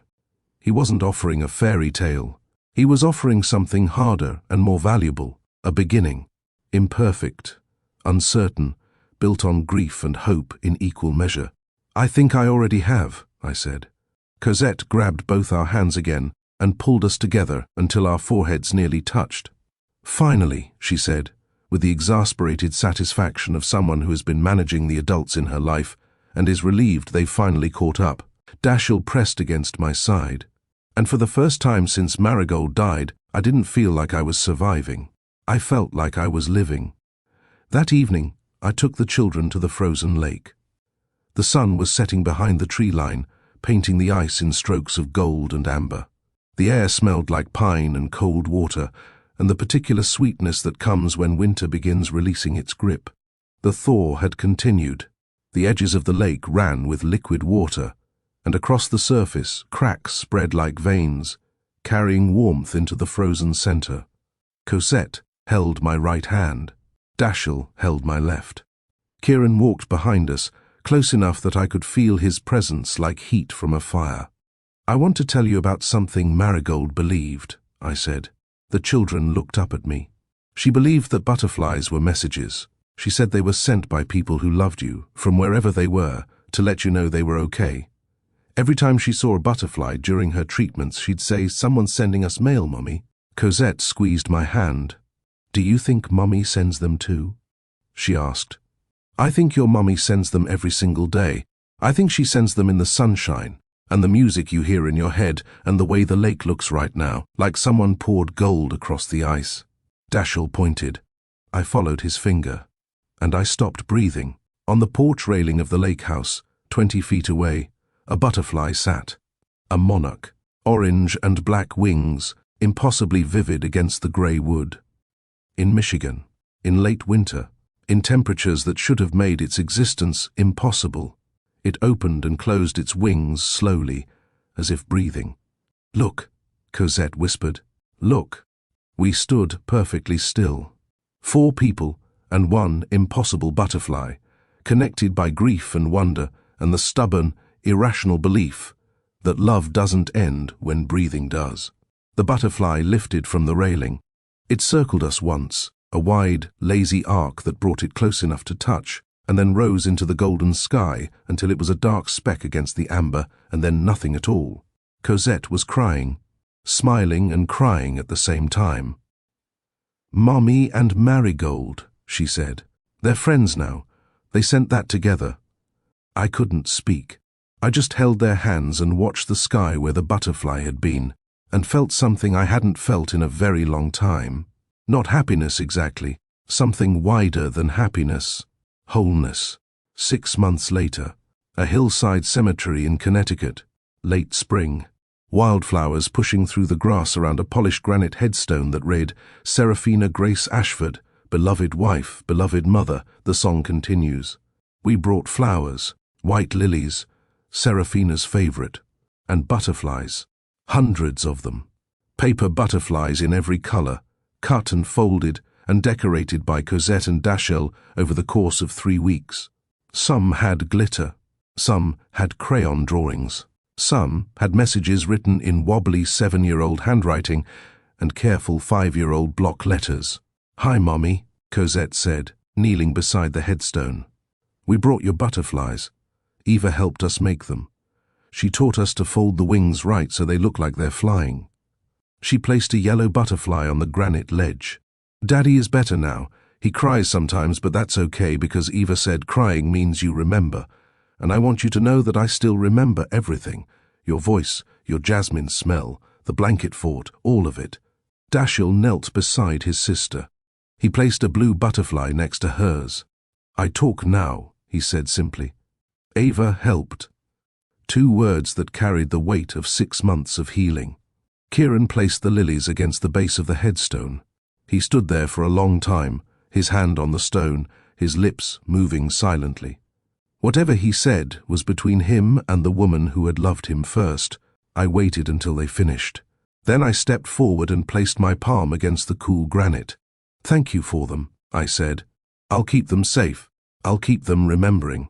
And I'll keep telling them about their extraordinary mother, who argued about shades of white and sang after bedtime and built blanket forts that lasted 3 days. I stepped back. Kieran took my hand. We walked away together, 2 adults and 2 children, carrying paper butterflies and real grief, and something else now. Something that felt like roots growing into new ground. Cosette slipped her hand into mine as we reached the car. You're our Eva now, forever. Forever is a long time. That's okay. We have lots of stories to tell. She was right. We did have stories to tell. About a woman named Seraphina who sang in the dark. About a girl named Marigold who believed butterflies carried mail from heaven. About 2 broken strangers who found each other in an airport and built something worth fighting for. This story started with small hands reaching out to a stranger. It started with grief, recognizing grief, with broken hearts finding each other in an airport terminal. It ends with a family, not the one any of them expected, but the one they all needed. If this story touched you, if it made you think about second chances or the courage it takes to love after loss, please share it with someone who needs to hear it. Hit that like button, subscribe, if you haven't already, and drop a comment telling me, do you believe love can find us when we least expect it?